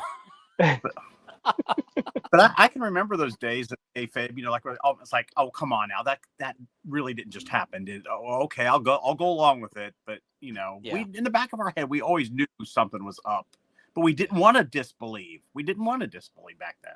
Yeah. That's what David Manning bro- said at the beginning of Heroes World Class. He said that you build a storyline, build a belief, and then have an ending. And this is what we don't have today. We build up the storyline, but then we just kind of Boom. Yeah. It goes away. Yeah. And I used to say that we have the same matches over and over and over again. We do. But if you think about it, when the Freebird and Von Erich feud was going on, we had the same matches for a couple of years. You had the Freebird versus Von Erich every main event. Yeah, but you always had a build up and you always had a finish. Yeah. I mean, they were fighting back and forth over the 6-man tags. It didn't go like this. Yeah. 1 week they're heel, 1 week they're face. Well, at some point, that novelty wore off, and they started the Freebirds feuding with Devastation Incorporated, the Scandal Akbar's group. Yeah, I remember that. Yep. Yeah. And then they became they started cheering the Freebirds again, Mm-hmm. which I thought was hilarious. Yep. Gary Hart says he was the one that was instrumental in bringing the Freebirds to World Class. And I was tickled to death because I'd always seen him on Georgia. And when I found out they're coming to World Class, because back then they would come up to our area. They'd go up throughout Texas. They come into Oklahoma, go into Louisiana, and they perform house shows in your local high school gyms and National Guard armories. So when I saw the Freebirds were coming to World Class, I thought, I got a chance to see him. And I got to see Michael Hayes in person in Altus Air Force Base. Wow. And I saw Buddy Roberts wrestle in Lawton, Oklahoma. I didn't get to see Terry Gordy in person, though. That's the one that I didn't get to see. One thing I will say, the music in the movie was on point. Yeah. Yeah. Because when that Tom Sawyer hit, you felt it. You were right with them coming down to the ring. Tom Sawyer was my very favorite entrance music. I got the chills when that song hit. Yeah. I was like, wow. It was perfect. Kerry was sitting there in the garage working out. Now, he actually went to the gym. They had a fitness gym somewhere in that area, and he would go do that. But they just made it look like the boys never left home. They lived there at home with their mom and dad the whole time. It's like you got a wife and you're still home. I wonder, was Mike the one that introduced that to Kerry? I don't know. Gary Hart. Phil says Gary Hart, the poor man's Bobby Heenan. In my opinion, Gary Hart was the best manager ever in professional wrestling. I believe that. Mm-hmm. You won't change my mind. Now, Bobby Heenan was good, but Gary Hart was vicious. He was very yes, sinister, very sinister. Yes, he was. And he wasn't just like that in the ring. He was like in real life. He carried a knife around. He would cut you if you threatened him. That's in his book. Yeah, because the man was from the streets of Chicago. Yeah. Yeah. He's from the hood. Mm-hmm.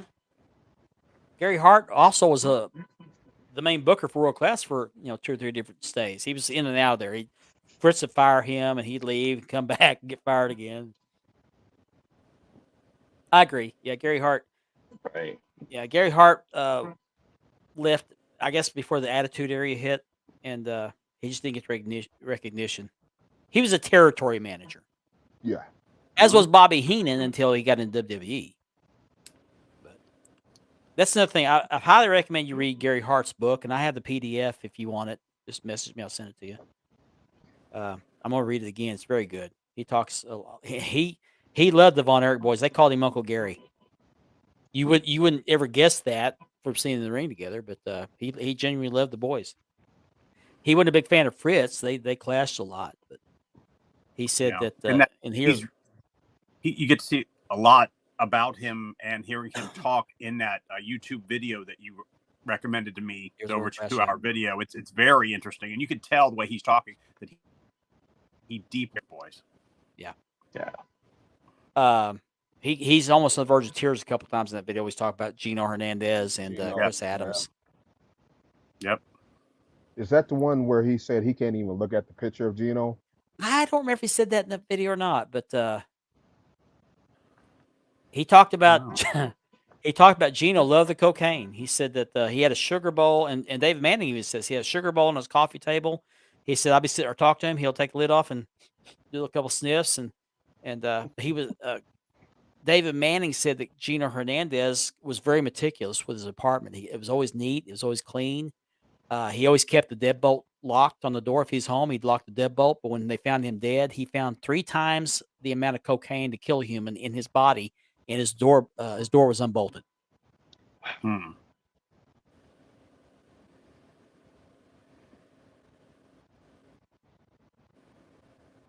Yeah.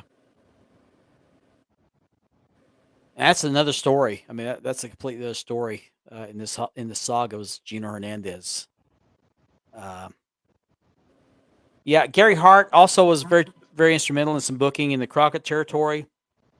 And he also did some booking out in Australia.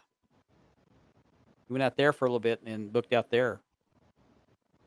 The only thing that I know of didn't work for Gary Hart was when he brought Al Perez to NWA. It was supposed to be the biggest thing, and just fell flat.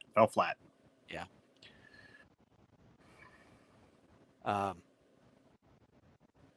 I like Gary Hart. I really do. And I got to see another side of him in that documentary because he appeared to be human. Which he is. He is. But you saw the human side. You didn't see the evil manager side of him in this video. He'd lost most of his teeth, his front teeth. Great. He talked about everybody. I recommend. Yeah. Heroes of World Class. It's on YouTube. I'll try to remember to put the link in the group. So I'm going to find. I'll put in the comments. So if you got 2 hours, it's well worth it. And I got the DVD when it first came out. It's called Heroes of World Class. Let me see if I find it real quick. Where are you at in that video, Andy? Where did you stop? I'm exactly halfway through it. Exactly halfway. Okay. Brian Harrison, who is an independent filmmaker, did this. He interviewed Kevin Von Erich. He interviewed Gary Hart, Bill Mercer, who was the announcer of World Class Championship Wrestling, Mickey Grant, who was the producer. He's the one who's responsible for all the cameras. Mark Lawrence, who was the announcer or the play-by-play guy for the Fort Worth TV show. David Manning, Skandar Akbar. And that was good too. Here in Skandar Akbar, you think he's the Sheik? So no, he's from the United States. He's an American. Yeah. Wow. Yeah. Yeah, it's on YouTube, Phil. He's gonna share the link in the comments. Yeah, I'm gonna put I'm gonna put the comments. Let me find it real quick. And I never heard Skandar Akbar talk like that. It was interesting. Yeah. There we go. Put in the comments. 2 hours. So, I gotta watch that. It's a tremendous video. The guy I think did a great job with it. And the saddest part of that video, you haven't got there, Andy. At the end of it, they're tearing down the sportatorium. And while they're showing that, you see Kevin and Baby Doll, who started out in world class, at a WrestleCon. They're hugging, and it's just showing Kevin getting on with his life while the sportatorium comes down. Wow. But before that, Kevin goes in there while they're tearing it down. He's walking the guy that's doing the film through there and talks about, well, we did all our business in this office. This is my grandpa's old desk. This is where I came and greeted all the guys. This is where I changed my clothes. I actually sold popcorn as a kid over here, and very interesting. He's going up the steps. Oh, you can see the fire damage right here. These stairs here. And it was depressing to see how the place just went. Oh, you've seen that scene? Okay, you've seen that part. Okay. Yeah, I think I've seen clips. I saw that. Yeah. He went up to the tunnel where they come out, and stood there, held his arms out like this. He said, "This is where I get scratched up." He said, "I got scars on my shoulder from where the girls would claw at me as I was coming down the ring." Did you share that in the Facebook chat? I just put it in the comments here. So it's in the Yahoo or not Yahoo, YouTube. Is it okay? I can't. Okay. Oh, it is YouTube. Okay. Yeah. Okay. I guess StreamYard. Okay. Let me see if I can find it on Facebook. I'll put it in the Facebook. Here a second. But when they're tearing down the building, now the music in the DVD is different than the music on the YouTube. I think there's some copyright issues, but it's still sad. It's still sad. Right. See, it's the musical montage while they're tearing it down. It's just, and they show it after it's torn down. They show the hole in the ground where the ring used to be, which it wasn't there. Anything. They didn't save anything from the building. I think Conrad's the only one I know that has a sign from the sportatorium. I don't think anybody else has anything saved from the building. When the Pro Wrestling Hall of Fame was in Wichita Falls, they had the sign, one of the signs, and they also had a piece of the siding, the asbestos siding. Okay, but I know Conrad has a sign too. So. Does he? Okay. Phil, I put it in the comments on Facebook in the Wild World of Belts group. Let me go to Andy's group, and I'll put it over there, and also put CVB if you copy that over there. But it's a great video. Where you at? Love those wrestling belts. So is it uninterrupted, Andy, or is there commercials? No, there's no commercials at all. Okay. It's great. We'll go over to Love Those Wrestling Belts. I'll put comments there too. We'll share the love. It's well worth watching, whether you grew up watching or not. It's just a very insightful. It talks about the very beginnings. What the cage door slamming on Kerry's head was a game changer. That's when it all blew up. But it was building before that even happened. When they brought the Freebirds in there and did that, it blew up. I don't want to hear about your idea. Oh my. Oh. I don't know if I put that comment up on the screen or not. We mentioned YouTube. If you're watching us on YouTube, I appreciate that. Thank you very much. Please be sure you click the like, share, and subscribe buttons on there. Share with a fellow wrestling fan, if you will, or fellow belt collector fan. And if you are doing that, watching us on YouTube, that is made possible by a partnership with the Brothers of Kayfabe podcast out of Oklahoma City. Thank you, guys. These two doofuses, Jake Keel and Landon. They're great guys. They are. Yeah, shout out to Landon and Jake. Yeah. Landon, I met at a church camp a couple of years ago. Back in 2020, we were at a church camp. He was doing our music service. And we were staying in the same cabin. I don't know how it got brought up. It just got brought up. We were wrestling fans, and I told him what I do about collecting belts, and he thought that was really cool. We hit off a friendship from there, so really enjoyed that. Landon's got the cute little baby boy. Yeah, handsome little Adorable. Baby boy. Yeah. Mm-hmm. Also, give Ashley Southern Designs a look. She does some custom shirts, and if you need a shirt that's wrestling related, she'd be happy to do that for you. It's my daughter. Check her out. So she does great work. Help her out. Help her make some money. The more you know. I love that. Hey. I love that. I love The more that. you grow. Yeah. And I've been putting this off for a while, and we're going to put off a little bit more, but we're going to be talking about this fella here pretty soon. Not tonight, Guido, but we will be back. We will be back. And we'll also medallion. And we'll also be addressing this little comment, which was aimed at me a few weeks ago. We'll get to that maybe next week. We'll see. I know I keep teasing it, but really, okay. Oh wow, they still got them out there already on DVD. Oh, you're talking about the documentary. You're talking about documentary. Yeah, oh wow, okay. Let me see. Hold on a second. You guys keep talking. I think I got the DVD right here. Okay. Cool. And the footage in the video on YouTube isn't the greatest, but you can still see it and hear it. It's just it's not crisp, but it's you can deal with it. I'm thinking about ordering the DVD if I can find it. I think it's worth it. If I can have a DVD copy of that, yeah, I'm thinking about it too. It was really good. Right. Yeah, I mean, like I said, the movie. Pull it up on YouTube and check. I think I've watched some of it because as Mark and you because Andy parts have of it talked that I'd about seen it before previously.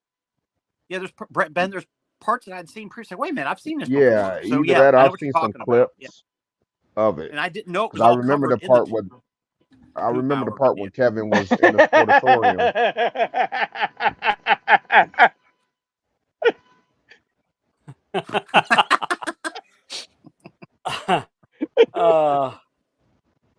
All I want to know is who's going to portray your sweater. Right. Because in Hollywood they have to have a whole different character. Hey brother, I'm always available. Have one of the little gremlins. Here's the DVD. Here's the DVD. Heroes of World Class. This is actually Kevin walking through the hallway down the hallway outside of Fritz's office. I remember that. Talk about all the pictures on the wall are gone. Yep, nothing was saved for them. I'm gonna read this. On the back of it says, in 1983, World Class Championship Wrestling and its franchise stars, the Von Erich brothers, were known around the world. A small Dallas-based promotion running out of a shack of a venue, which it was, Sportatorium. World Class was one of the most syndicated television programs in America, making the Von Erichs household names. Run by legendary wrestler Fritz Von Erich, a.k.a. Jack Atkinson, World Class made his oldest sons, Kevin, David, and Kerry, three of the biggest stars in wrestling. Little did anyone know that just as the Von Erichs World Class were reaching worldwide stardom, they would begin a downfall that would cast a full eclipse on their meteoric rise to fame. Directed by Brian Harrison, who as a 10-year-old in 1983 watched on television as wrestling's world of staged combat between good and evil took a sharp turn into surreal and tragic reality. Center to the story is Harrison's childhood hero, Kevin Atkinson, a.k.a. Kevin Von Erich, the oldest and sole surviving Von Erich brother. Though the first-hand accounts of Atkinson and others instrumental to World Class, Harrison pays tribute to the prime years of this legendary era and its fallen stars. It's by Right Here Pictures. That's who. Johnny Mantel's another one they interviewed. Johnny Mantel, who was a mid-carder.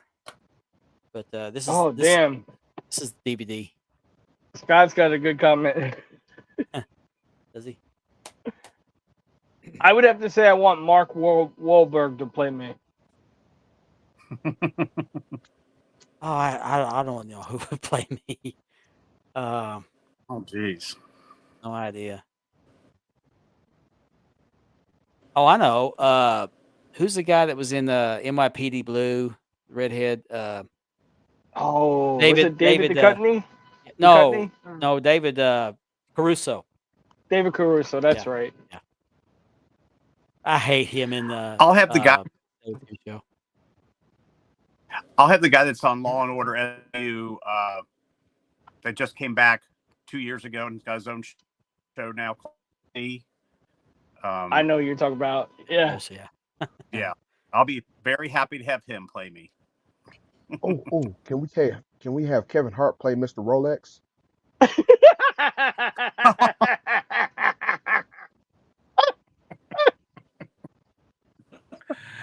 There you go.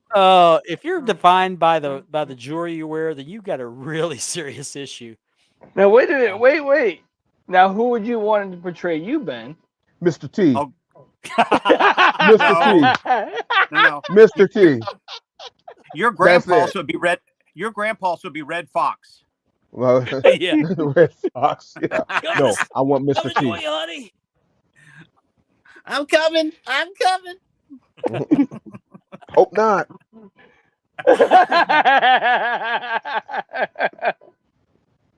I don't know who I'd want to play me. I never Okay, even I'll thought be about good. that. Mr. T. I'm not Mr. T. You better tune in to Playing the Gold podcast. Somebody will come get you. I pity the fool who doesn't leave it better than they found it. I like that. That was a good one, Phil. Yeah, that's good. That's good. I don't know if this DVD is still out or not. I actually had 2 copies of this because the loan one to my mother, and I thought she lost it, so I ordered another one, and I can't find the other one now. So I'm gonna It's, look for it when we get off here. let me see if it's go to. I don't know if it's still available or not because I've had this for almost 10 years. www.rightherepictures.com. So I don't know if it's on there or not. Anything is on the internet. You can find anything. I guess. Well, it's on YouTube, so if you can download it, put it on DVD, you can do that. I don't remember how long it is. Oh, I can tell you real quick. It's on YouTube right now. I got pulled up. It is 2 hours You gotta and get 40 that. 2 hours and 40 minutes long. It's almost 3 hours long. Wow. Ben, you gotta But it's get that worth- on the shirt. I pity the fool. Mhm. I pity food that don't eat my cereal. But it's well worth your 2 hours and 40 minutes of your time. Trust me, it's an excellent documentary, one of the best ever. And if the movie doesn't make you cry, this documentary might do the trick. So It's a tearjerker. It is. Zach Galifianakis, Scott Ahrens. Yeah, thank God, Chris. You got me Thank God there's thinking only now. one Mark Laverty, one Gianni Martello. You got me thinking now, Ben. Remember when Mr. T did the song about his mama? Yeah. I don't remember that. Or his Shout out- WrestleMania speech. Yeah. It's on Love you, YouTube. Mom. He did a Make sure song you about love his your mother. mom. I didn't hear that. Mom. Mother. There's no other like your mother. Like, bro, you up here supposed to be talking about your career and your interactions with WWE or F. You know, talking about your mom. Got tea grounds in my tea. Ugh. Tea bag must have burst. Oh. That's what she said. Did you say teabag? Did. Hey yo. Oh, seriously. We must be in hour number 2. We must Oh, be. T grounds. What you mean? Hour number 2. We got 15 minutes there, pal. That's how this is rolled right along. We got Great 15 show. minutes? Yeah. All right.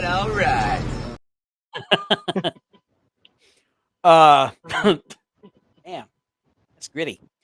Well, if anybody out there has a link to a poster place, because some of us have theaters that don't like to be nice to people. Like the one I went to.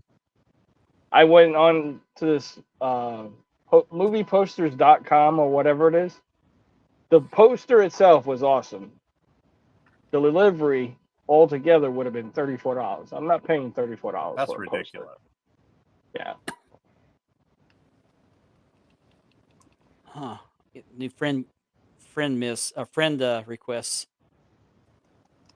I delivered the tag team belts to the BCW owner, and he really loves them. As a matter of fact, I wasn't 5 miles down the road. He was already posting pictures of them. And I'm already getting friend requests from people who he's friends with. One hit me up making belts for him. I want to make this clear for people that are watching. I don't make belts. I just He do makes leather. the leather. But I can order plates from makers and put them on my leather if you're interested. I don't like to do that on a widespread basis, but I've been known to do that on occasion. So, but I am not a belt maker, so I don't want that information out there because there's all sorts of issues with that. But Somebody take the damn money. that's for you, Andy. I love it. I love it. They should make that T-shirt. I think they should. Ah. Oh, jeez.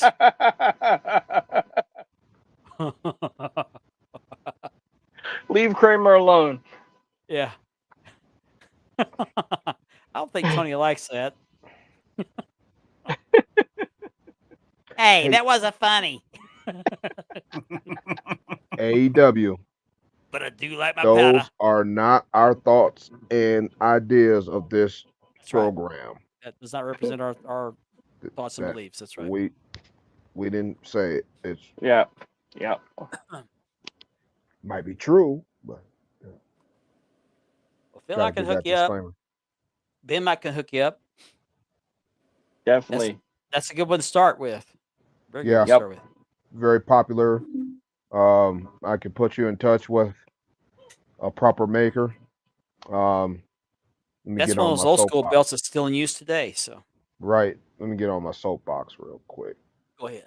Make sure you check your references because we have all these pop-up makers nowadays. Yep. That will deliver a bad product. There's there's a good amount of there's a good amount of groups that will get you in a proper place to order a belt. Okay. Ask around. All of us here, we can help you. Dustin King is another one. Tyler Dove is another one. Gary Sutton's another one. Yep. Good people. Good reference points. Yeah. They are associated with reputable makers. So. Yes. Yeah. Yep. Because if you get these makers that get in your inbox and starts begging you to buy a belt, ask one of us about that maker. More than likely, you're going to get a bad reference. Well, Yep. It just happened to me recently, so and it's not going to happen anymore. Yeah, and if you're unhappy with what you buy through them, they're very good to work with you and see if they can correct the issue. Right. Which is rare, but they do that. And do not believe a page called Belt Scammers Most Wanted. Don't do it. Who could you possibly be talking about? But the posters are so real. Where's his They're neck? real to me, damn it. Where's his neck? I don't know. Maybe he got one for Christmas. We know you watching. He wasn't good this year, so he probably didn't get one for Christmas. Yeah, Jay, if I don't talk to you, have a happy new year. Somebody's watching happy and healthy. We know you watching. Hello, Jason. Have a good evening. Happy New Year to you. And thanks for the message today, by the way. Appreciate that. Always good to hear from you. Yeah. Take care, Jason. Happy New Year, Jason, man. Stay safe. Oh, Andrea. Hey, kid. Andrea. Here come trouble. What's up? Unique Spirit, Maya Amadasser, Mateen Ahmed. Who's Gary's maker?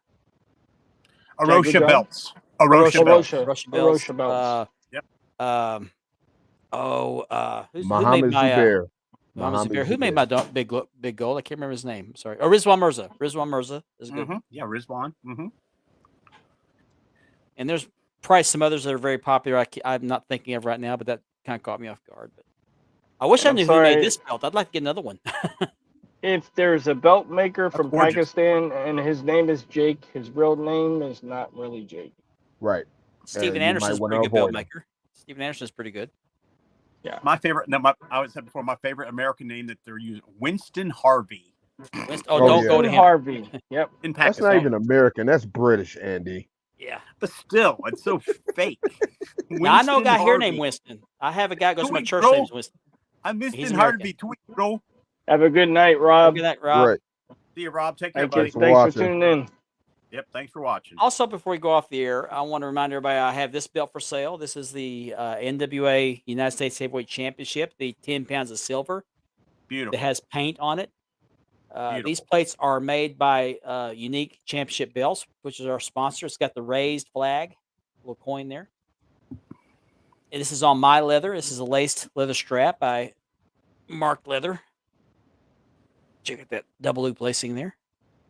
This belt is $350 shipped. It's going to be on the Belt Sales Pels tomorrow. So if you want it, hit me up tonight and maybe we can do a deal. I also have one more belt for sale. it's heavy. That's what she God, said. it's heavy. Ugh. Yeah, that make you feel good. But is it as heavy as Gianni's dates? This is Oh, how that's heavy, brother. this is how I keep my biceps in shape. Mhm. This is the IWGP V4 version by my Is that Desser. again? It's on his leather, not mine. I haven't done leather on this belt yet. The only thing wrong with this belt is on this tip, there's a white stone missing. I Which can't can be point it easily out. replaced by going Easily to Hobby replaced. Lobby or It's right there between those Walmart. two red rubies. Walmart Or if even you're that anal, you know, I mean, you don't notice it. It's going to be on the shelf on the case. One other minor little issue is he didn't tighten this. Didn't tighten these nameplates on very good, but it ain't gonna come off. And I'm asking $400 ship for this belt, so very good belt. Now- The reason I'm selling this belt, I would replace the stone myself, but this does not fit my collection. I don't have any other Japanese belts, Mhm. but it is beautiful. I'd love to keep it, but it doesn't fit. I don't have room for it anymore. So only reason I'm selling it. $400 shipped is a bargain. What So a hit me up- bargain! So hit me up after the show. Otherwise, they'll be on the belt sales post tomorrow. There we have more drilling. Okay. Sorry, tissues are not included when you Yeah. watch the show. Happy New Year, Scott. Thanks for watching. Boy, we're just drilling all over the place, aren't we? We should put that in the description of our show. There you go. Some Yes, drooling yes. might occur while watching our Oh, show. speak of drilling, here you go. I think we should change our name called Drooling the Globe. Drilling the I'm globe, drooling yeah. the globe. Spanning the Mhm. drool. Spanning the drool's even better. Yeah. Not being confused with pooping the globe. Yeah, there you go. That's Ben's favorite belt, by the way, ladies and gentlemen. Now, Ben, is that for sale or are you just showing it off? Re-leather by. I'm Yeah, trying to that's give you a commercial before we go Oh, off. okay. There. Okay. There you go. Appreciate No, I that. think Ben's opened up to that belt a little more because of Mark Yeah. Leather and his Okay. lacing. Yeah. Yeah. I think that's what it is. Yeah. That is Yeah, Ben's just like- new favorite belt of his whole Just collection. like I think I think he likes Belt loves that Scammers belt. Most Wanted is my favorite group. Belt Scammers most wanted to get it right. Bounce. Ben loves that belt. Because Right. you have That'd to be nice. educate yourself about the hobby. There we go. Yeah. You have to put yourself head and shoulders above the rest, right, Ben? There you go. You have to educate yourself Yeah, about the hobby. Yeah, you don't have to stick your neck out. Just Yeah. You know how he cleans his neck? Oh Jesus. Oh, geez. floss. Oh man. Terrible. Oh, my. Another show, another time, fellas. Yeah. Yeah. Dude, Jabba the Hutt was my favorite character in Star Wars. Bring me the head of Han Solo. Pizza Hut was my favorite in Pizza the Hut. Yeah. Pizza the Hut, yeah. yeah. Spaceballs. That was good. yeah, Spaceballs.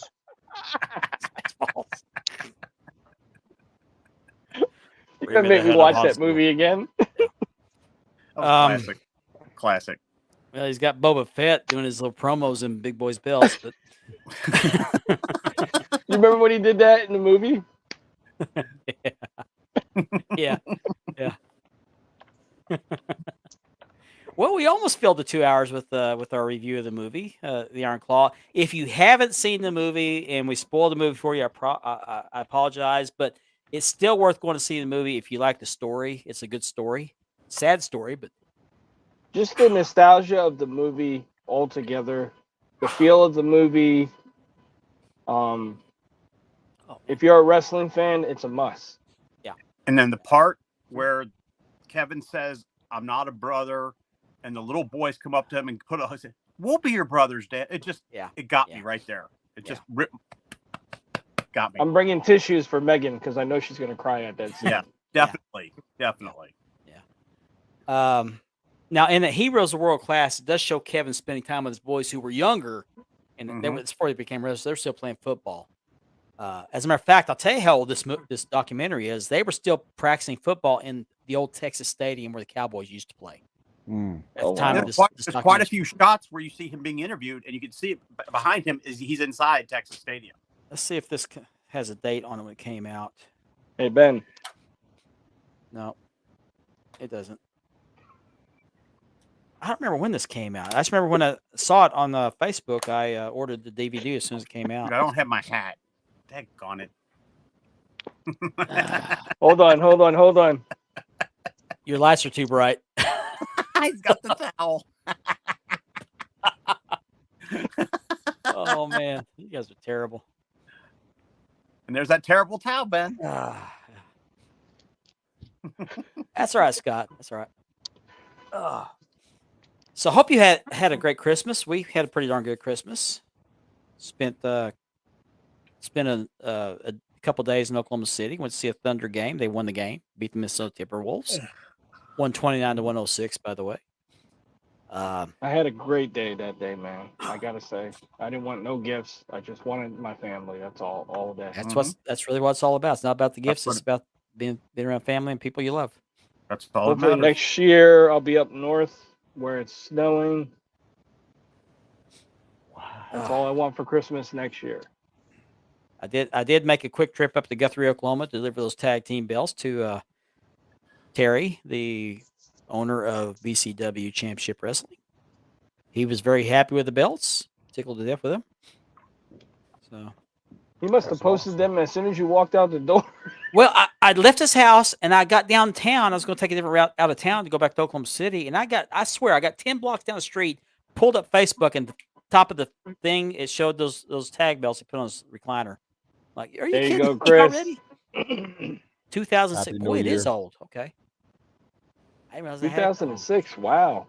Jeez, that's a while. Yeah, I didn't realize Yeah, I'm that. gonna look for that tonight, but I'll still watch it on YouTube. It's something like I could watch over and over again. Yeah, I've watched it several times because I grew up during that era. That was a lot of my childhood and my late teens. I mean, it's such a big part of my life in that time that I had to buy a VCR so I wouldn't miss wrestling on Saturday nights and still get lucky on Saturday nights. So Like I said, I was into wrestling when I was younger, but I watched NWA, AWA, but I haven't watched the other stuff the guys turned me on to, and I gotta say, like I said, I kind of liked the wrestling back then more than today's. Yeah. But I was a big fan of Georgia Champion Wrestling back in the day. And one night I was just browsing through channels, and here in Oklahoma, our cable system would pick up some of the DFW stations, like Channel 39 out of Dallas and Channel 11 out of Fort Worth. And one night after the news was on, I was just channel surfing, and I saw Saturday Night Wrestling pop up on Channel 11. And that was the Fort Worth TV show that didn't get the airtime like the World Class Championship Wrestling show did. It was this. They had the Fort Worth show, which is from the Fort Worth TV station, and Dallas was syndicated. Fort Worth was not. And that's my first look at the Von Erichs. And that was late summer 1982, right before the Freebirds came into the territory. And it was that Christmas when the famous Cage Door scene happened. Wow. And it blew up. It was great. I actually like the Fort Worth show better than the Dallas show because the Dallas show was pre-taped. Well, the Fort Worth show was too, but it had a more live feel to it than the Dallas show. Less scripted. There was a lot more that seemed to happen live during those shows than what happened in the Dallas shows. The Dallas shows were done on Friday nights and aired on Sunday, the following Sunday. The Fort Worth shows were filmed on Monday nights. They had Monday Night Wrestling, and then they were put in a can and not taken back out and aired until the following Saturday night. And at some point in time, they changed the name from Saturday Night Wrestling to Championship Sports. But and the opening theme music was the Close Encounters of the Third Kind, the disco version, which I thought was cool. And the other thing about that was that at the end, they had the main event at the end of the night, and most of the time they would end the show in the middle of the main event. So, like to be didn't find out who won that match till the following week. Yeah. So that brings us to the end of our show for this week. I want to thank everyone for watching that. I hope you enjoyed our review of the Iron Claw. If you haven't seen it, please go out and see it. I think you'll enjoy it. Yeah, we recommend it. But it is a long movie, and try to be tolerant of some of the inaccuracies and the time frames and things like that, because it's the story about the brothers' New love Year for each other. cuz. It was the main theme of the story. So Don't I bring guess your we'll young. see. Yeah, don't bring your younger kids there. Yeah, No, yeah. Or cover their this eyes is for the not shower what scene. it is. Yeah. Uh, yeah, yeah. I was fortunate to see Georgia and World Class in the same time frame. So Gordon Sully, was, in my opinion, was the best play-by-play guy ever. Mark Lawrence is my second favorite. But so I guess we won't see you till next year. Yeah, we'll see you next year. You next year. See you next year. Yeah. I hope you all have a happy and safe New Year. If you're going out to New Year's Eve parties, please be safe. Please drink responsibly. Get home safe. If you're drinking, don't drive home. Have somebody drive you home. Yes, And be definitely. back next week. And we will have another action-packed show What's for up, you, Max? Hey, Hey, Max. Max. where we'll be talking about bouts Mm-hmm. and some other things. And we'll see what happens what happens in the wrestling world in the meantime. So on Definitely. behalf of my good friends Richard, Andy, and Ben, I want to invite you to come back next week and next year for another exciting episode of Spanning the Globe. Good night, everybody. Happy Good New night. Hi, Year. everybody. Happy New Yeah. Year. Happy.